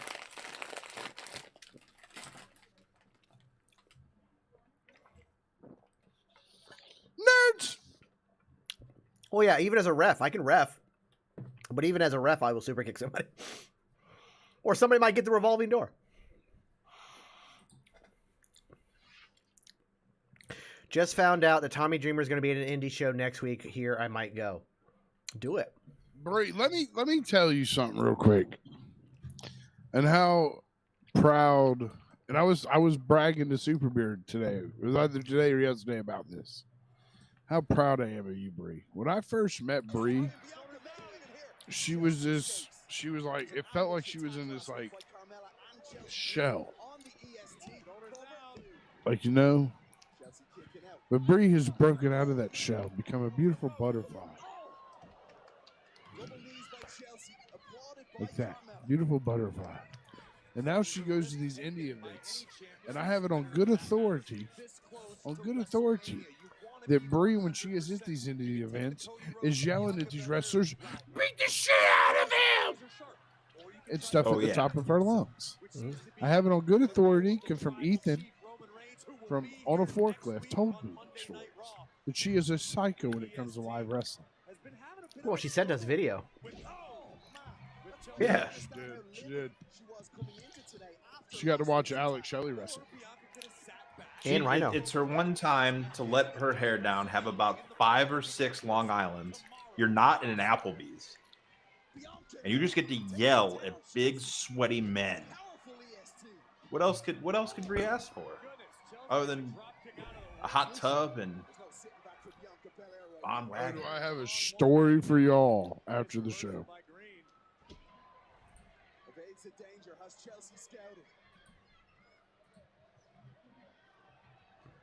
Chelsea seems off. She hasn't. I mean, she's barely wrestled. Yeah. Lady in the streets, freaking the indies. Apparently.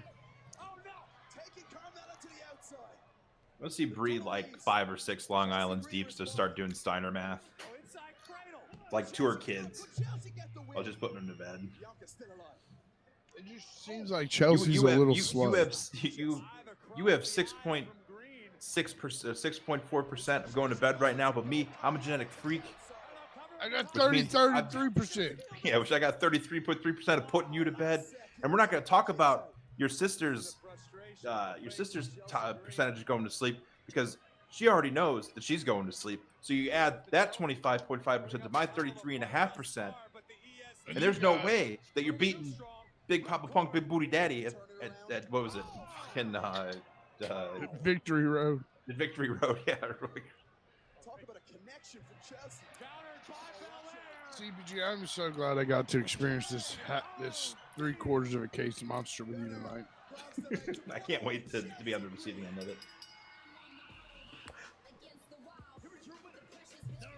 This is the downside. Yeah.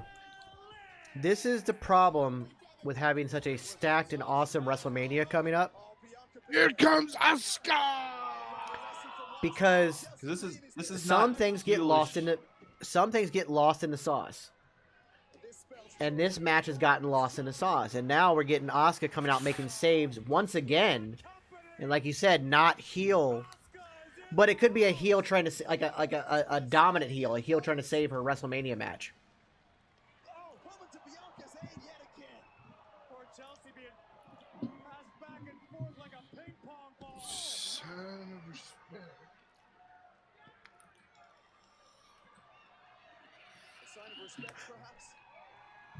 I want a mixed match challenge again. Bianca and Montez.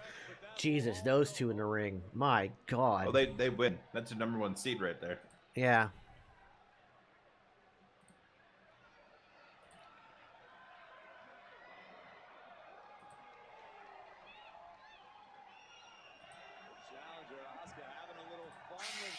Missed her face. Yeah. Or on in the title.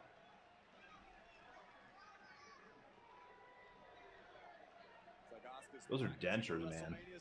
Yeah, they're not like they're like. It's not her real teeth. She's got like plastic teeth. She got that like the mask. Yeah, the Invisalign.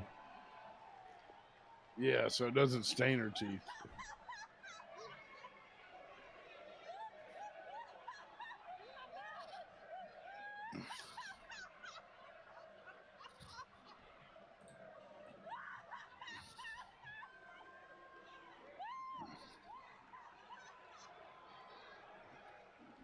It's probably also a way for her to keep the mist in her mouth without it like having to like hold her mouth and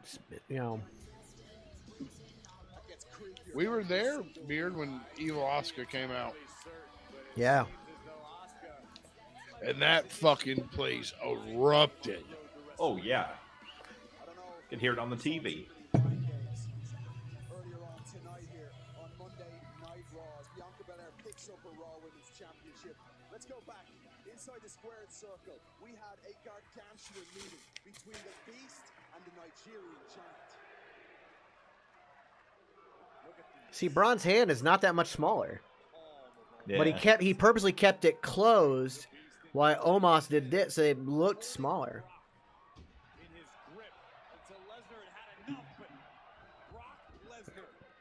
If he German suplexes Omos, Omos might die. Omos might die.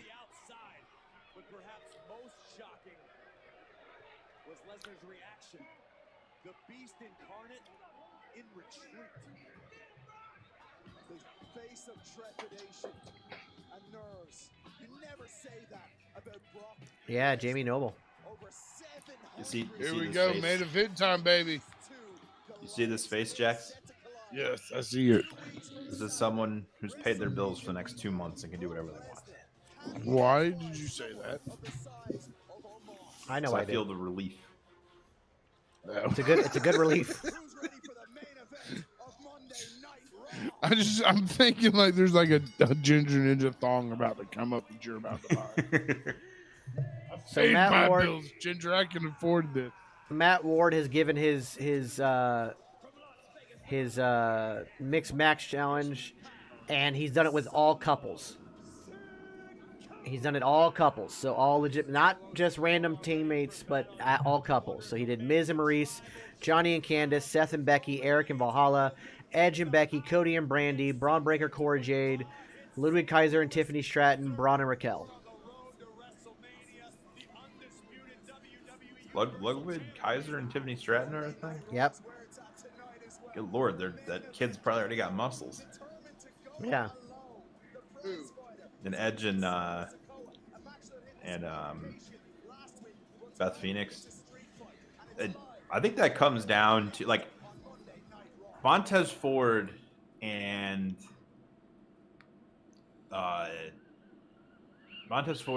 Bianca Belair run that, I think. And like their biggest challenge is probably Edge and Beth. Maybe Seth and Becky. Yeah. Brandy eats the pin in the first round to Maurice. Never.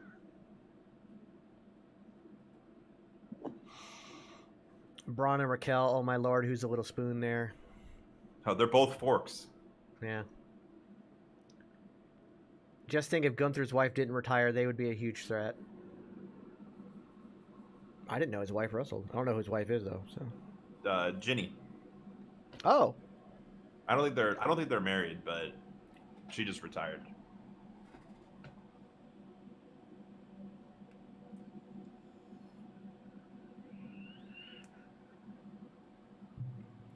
You know what also scares me when you come out with a movie like Dungeons and Dragons and you have a secondary title to it? Because when the expectation, it's a sequel to the other one. Well, no, and it's not just that. You're already setting the expectation that you're planning a franchise. So the movie is not going to stand on its own. There's going to be things that are supposed to lead to something else, and that's like there's so many movies we can talk about that are set up for sequels that never get their sequel because they bombed because they didn't focus enough on the first story. Like you need to establish this movie, and if it was successful, then okay, let's go ahead and make sequels. But when you have the Dungeons & Dragons Honor Among Thieves, it's like, oh, you're planning a franchise, aren't you? Yeah, and this isn't like a Harry Potter thing where the books were all successful, so you have a laid-out story to go for every film. Right. Or, like, comic books or anything like that. Like, this is a... Oh, shit. Like, Dungeons & Dragons has never been translated to the big screen well. No. Going back to that Tom Hanks one from the 80s. About the guy who thought Dungeons & Dragons was real and kind of went crazy and went into a cave, and the only way to get him out of the cave was to actually play a whole round of Dungeons & Dragons, but in real life. Fucking terrible fucking movie. It's fucking awful. I didn't know that existed. Exactly. It's a movie that Tom Hanks tries to make sure it doesn't exist. Very commercial. Yeah, I'm with you, Super Bro. I mean, I'm hoping it's good too, but I'm also scared it's gonna be a shit show. I don't know, man. Like, it's scary. Like, I'm going in with low expectations but high hopes, which I think is the best way to go. Because if you go in with low expectations and no hope, you're hating the film before it starts. But if you go in with low expectations but high hopes, you're giving the film a chance at least. That Tom Hanks one was a scare tactic flick. Yeah, that was the other reason it was made. It was made to like scare people away from playing Dungeons and Dragons. Oh yeah, Satanic Panic. They Yeah, do it all the time. Satanic Panic. Yeah, which by the way, we're actually in a new era of Satanic Panic. I saw it's awful. There's a wonderful Philip DeFranco story from a couple days ago on YouTube. Go to Philip DeFranco, and he covers it very well.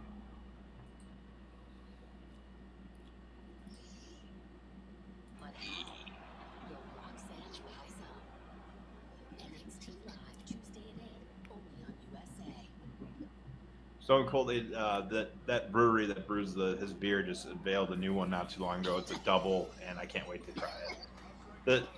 I will say his two beers from that company are not bad. The Pilsner is really good. It's like just a perfect out in the sun, stunnering your friends in the parking lot, like tailgate beer. This Thursday is 316 Day. Celebrate with exclusive Stone Cold Steve Austin merchandise. Oh yeah. 316 Day Thursday. Oh yeah.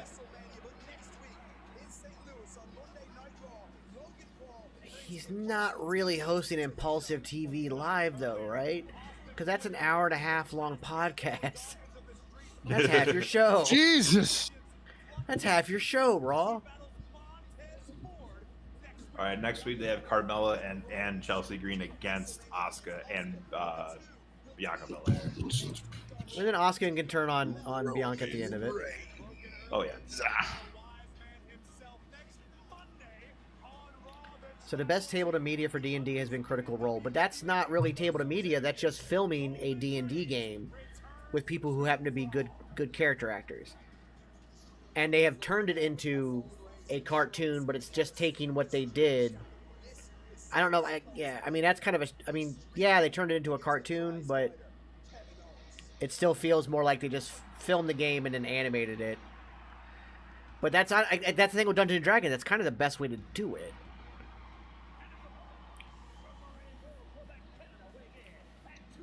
Hey, you remember when Kevin Owens came back? Here we go.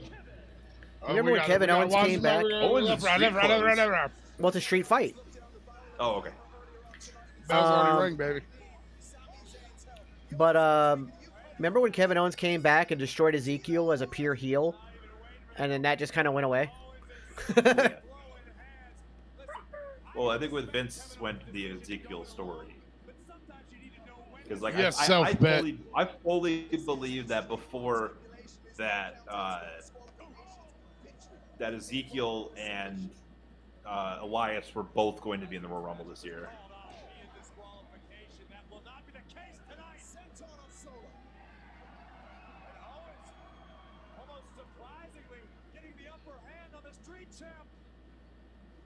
Solo wisely rolling to the outside, but that only means more real estate in which KO can fight. KO's energized. He's not to land, but he's caught by Solo. The enforcer of the bloodline, the street champ. At times, game changer Solo Sikoa has proven his worth, and he knows that Roman is looking on. Roman wants Solo to be the one tonight to end the KO problem.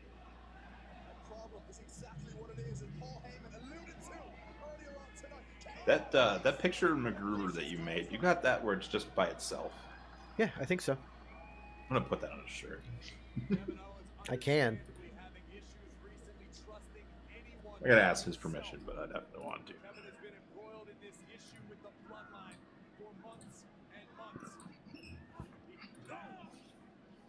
Yeah.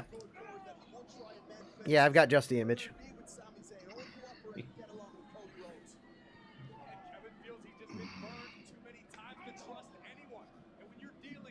And he's really got that Samoan style down.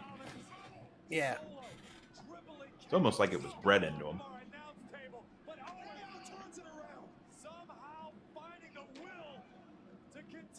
He sells like his brothers. Bound by the traditional rules of the game, baby. He sells like his brothers, which is cool. Tonight, Owens and Solo not bound by the traditional rules of the game, basically bound only by physics and their imaginations. What an epic Samoan drop by Solo, who has a moment to gain his wits about him as we look again.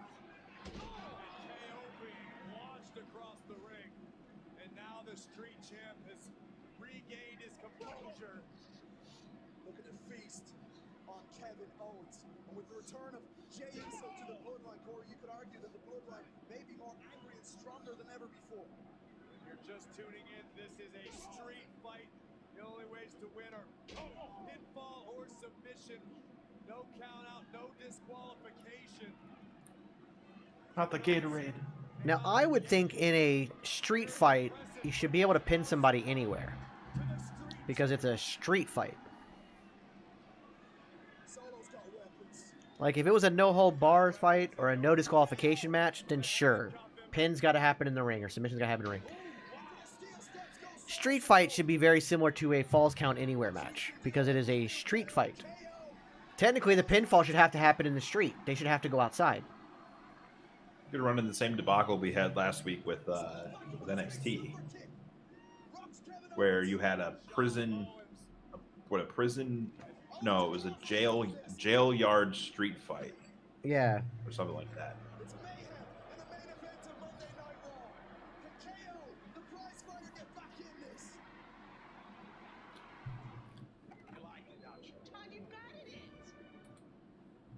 I finally got the ads for that fucking show to stop.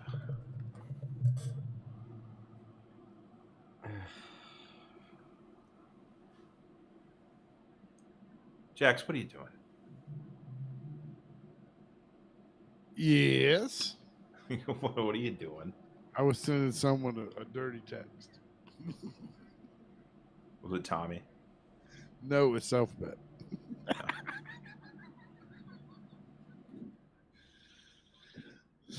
What's up? Nada, we're powering through these last 7 minutes here because Raw been up since like almost I would say 2:15 this morning. Yeah, I got up pretty early. I got up at 8 my time. It'd be 7 your time. But I got up and I didn't get my naps in today. Usually I get like my couple naps in. I'm like a hobbit when it comes to naps. I need first naps and second naps and midday naps, you know. But I didn't get any of my naps today. But I did get a lot done around my house, and I'm very thankful that I did.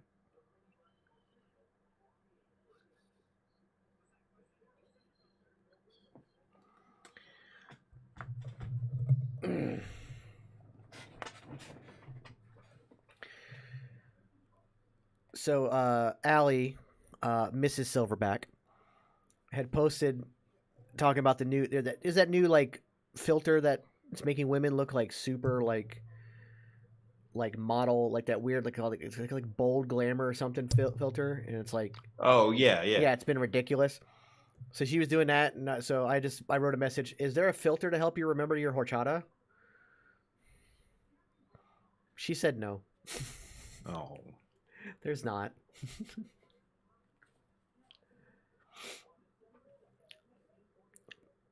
Ginger's over there having a love fest with somebody else while he's in the middle of a show.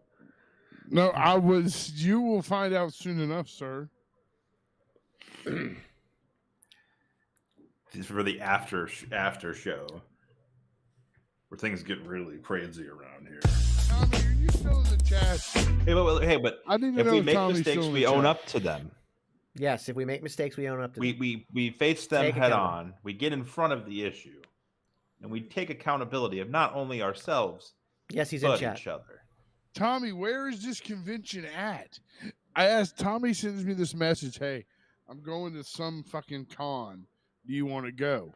He sends me a picture of people who are going to be there, like Chevy Chase is going to be there. The dude that played like MegaCon or something. I'm like, okay, where the fuck is this con at? Oh, MegaCon's in Orlando.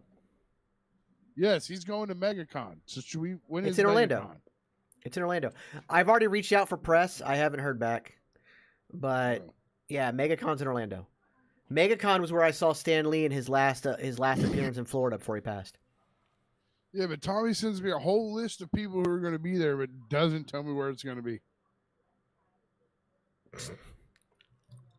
Yeah, no, it's a MegaCon Orlando. MegaCon appears in Orlando and Tampa. It's the only two places they do it. You guys should come up for C2E2. C2E2. If I could get press I always access to wanted that, I go to would. that. C2E2 is a good one. I was supposed to go to Ace Comic Con in Chicago. So the first year I did New York Comic Con in 2019, that week it was New York Comic Con. The very next weekend was Chicago. So I drove to New York, and I was going to drive to Chicago and do Ace. While I'm in New York, I get an email from them.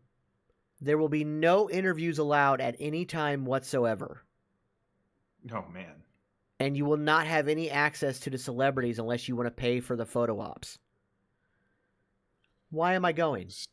Why am I going? So I canceled the Chicago thing.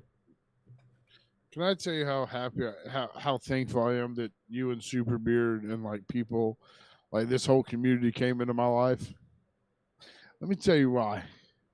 Because in May, I get to go to my first convention. Like I've been to numerous wrestling conventions, and I've been to River City WrestleCon. I've been to Collecticon, the ones that come to my town. Mm-hmm. That I get to go to a convention outside of my hometown, and I'm going press pass. Like that's like I'm living my dreams right now. Yeah, I got to dude. thank everyone for that. You're welcome. Yeah, thank Beard, man. That's the dude with the experience, the connections, the press access, and all that. That's all, man. That's years of building up a repertoire where they know who he is. I think I've thanked him more than I've ever thanked anyone else in my entire life.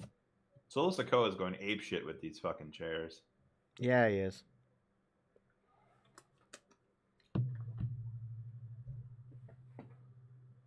Ooh, I should jump on my PlayStation and see if I can get the 2K early. Then I won't go to bed.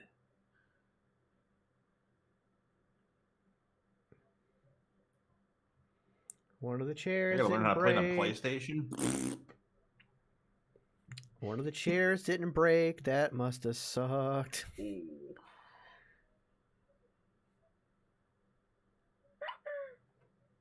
Come on, get a little color in there. It's a street fight. I don't have to wait till Wednesday.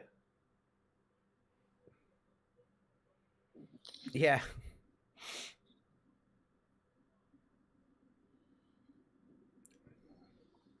Unfortunately, WWE they got to get busted hard way. Yeah. It isn't a John Moxley situation where he blades pre-match, so if he sneezes, his forehead explodes. I want to have like a segment where like John Moxley is sitting at home, and as he's like eating dinner, you just see blood start coming from like above his eyebrow. I want to see him like shopping at Walmart. Yeah. And just all of a sudden blood and then line at the DMV. Down. Yeah, just like. Oh. Come on, Yes, Sammy. Sir? Come on, Sammy. So this has nothing to do with. Oh shit! Hold on. Yeah, they're beating the brakes off this man.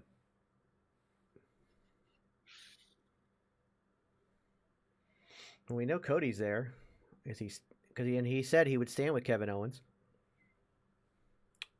But there's three. That would still be 3-on-2. That wrestling math doesn't work out. The math doesn't have to work out, sir. In wrestling, it does. Well, that'll be the dark main event. Probably. Don't forget, folks, tomorrow at 7 p.m. Eastern, we will be live here for With Extra Toxic City in the NXT Watch Along. That is right.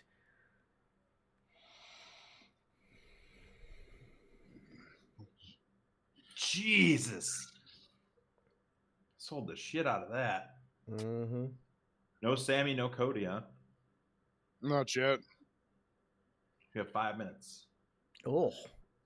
So while we're waiting on this to see what happens, I got my strap in for my camera. Oh, right on. Yeah. And I decided I had to decorate it. You know, I don't have a battle vest or anything, and I'm not. I don't feel worthy enough for a battle vest, so I put my pins on my camera strap. Nice. And you know what? This is my favorite one. It says, "And I'm all out of bubble gum." From They Live. Love that movie. Ooh. That definitely falls under It's So Bad It's Good. Just threw up. Kevin Owens threw up. Yeah, he puking. Ooh. He really selling that shit. That's commitment. Yes, it is. Well, folks, with that. That's gross. That is really gross. I'm Comic Punk Guy. That's the Ginger Ninja, and that is Super Beard Vince Hoover. Thank you for tuning in for the Monday Night Punk Driver episode 4. We'll see you next week for episode 5. And stay tuned to the TGN networks. We're going to be rating. And let's see who's online to see who we're rating. Yeah, who are we going to raid? Who are we going to raid? Oh! You want to raid Vince Russo live? Because I don't. I don't either. The Sweezies Live. You should know them as. What's the name of their channel? Let me get them. You'll know them as the Perfect 10 Sean Spears. Oh. And you will know him as Tyler Breeze, Prince Pretty. Oh, it's his channel. What's his? Stream. I'm going to send you the link in private chat. They stream together. They are streaming Dead by Daylight. Oh, right on. Which is a hell of a game. It's Lord Man, you're coming in. You're coming in right at the end, but don't go anywhere, sir. Anywhere we're gonna, We're getting ready to raid Tyler Breeze and Sean Spears, so don't go anywhere. We should gift sub them. Gift sub them. And we're going to. Yeah, someone go in there and drop the gift sub just so we could say. We're gonna as we leave. We're gonna replay the intro so you guys can hear MacGruber's song one more time. Oh yeah. So as soon as I get that name, the Sweeties Live. Yeah, it's there now in the private chat, sir. I've got it. I'm gonna go ahead and play that intro. Everybody, stay tuned. We're gonna be jumping over there in a second. Peace out, everyone. Be good.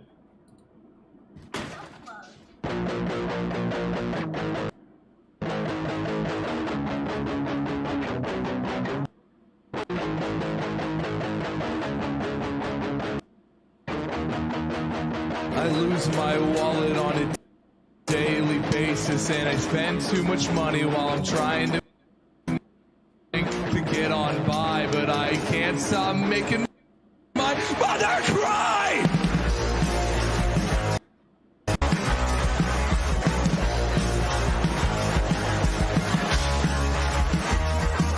I take a razor blade to my forehead so I can blind myself with blood and sweat, so I don't have to look in the mirror. They're my father's biggest failure, cause I'm worthless. I ought to be dead, I'm worthless. I'm such a bum, I'm worthless. Come on and get some.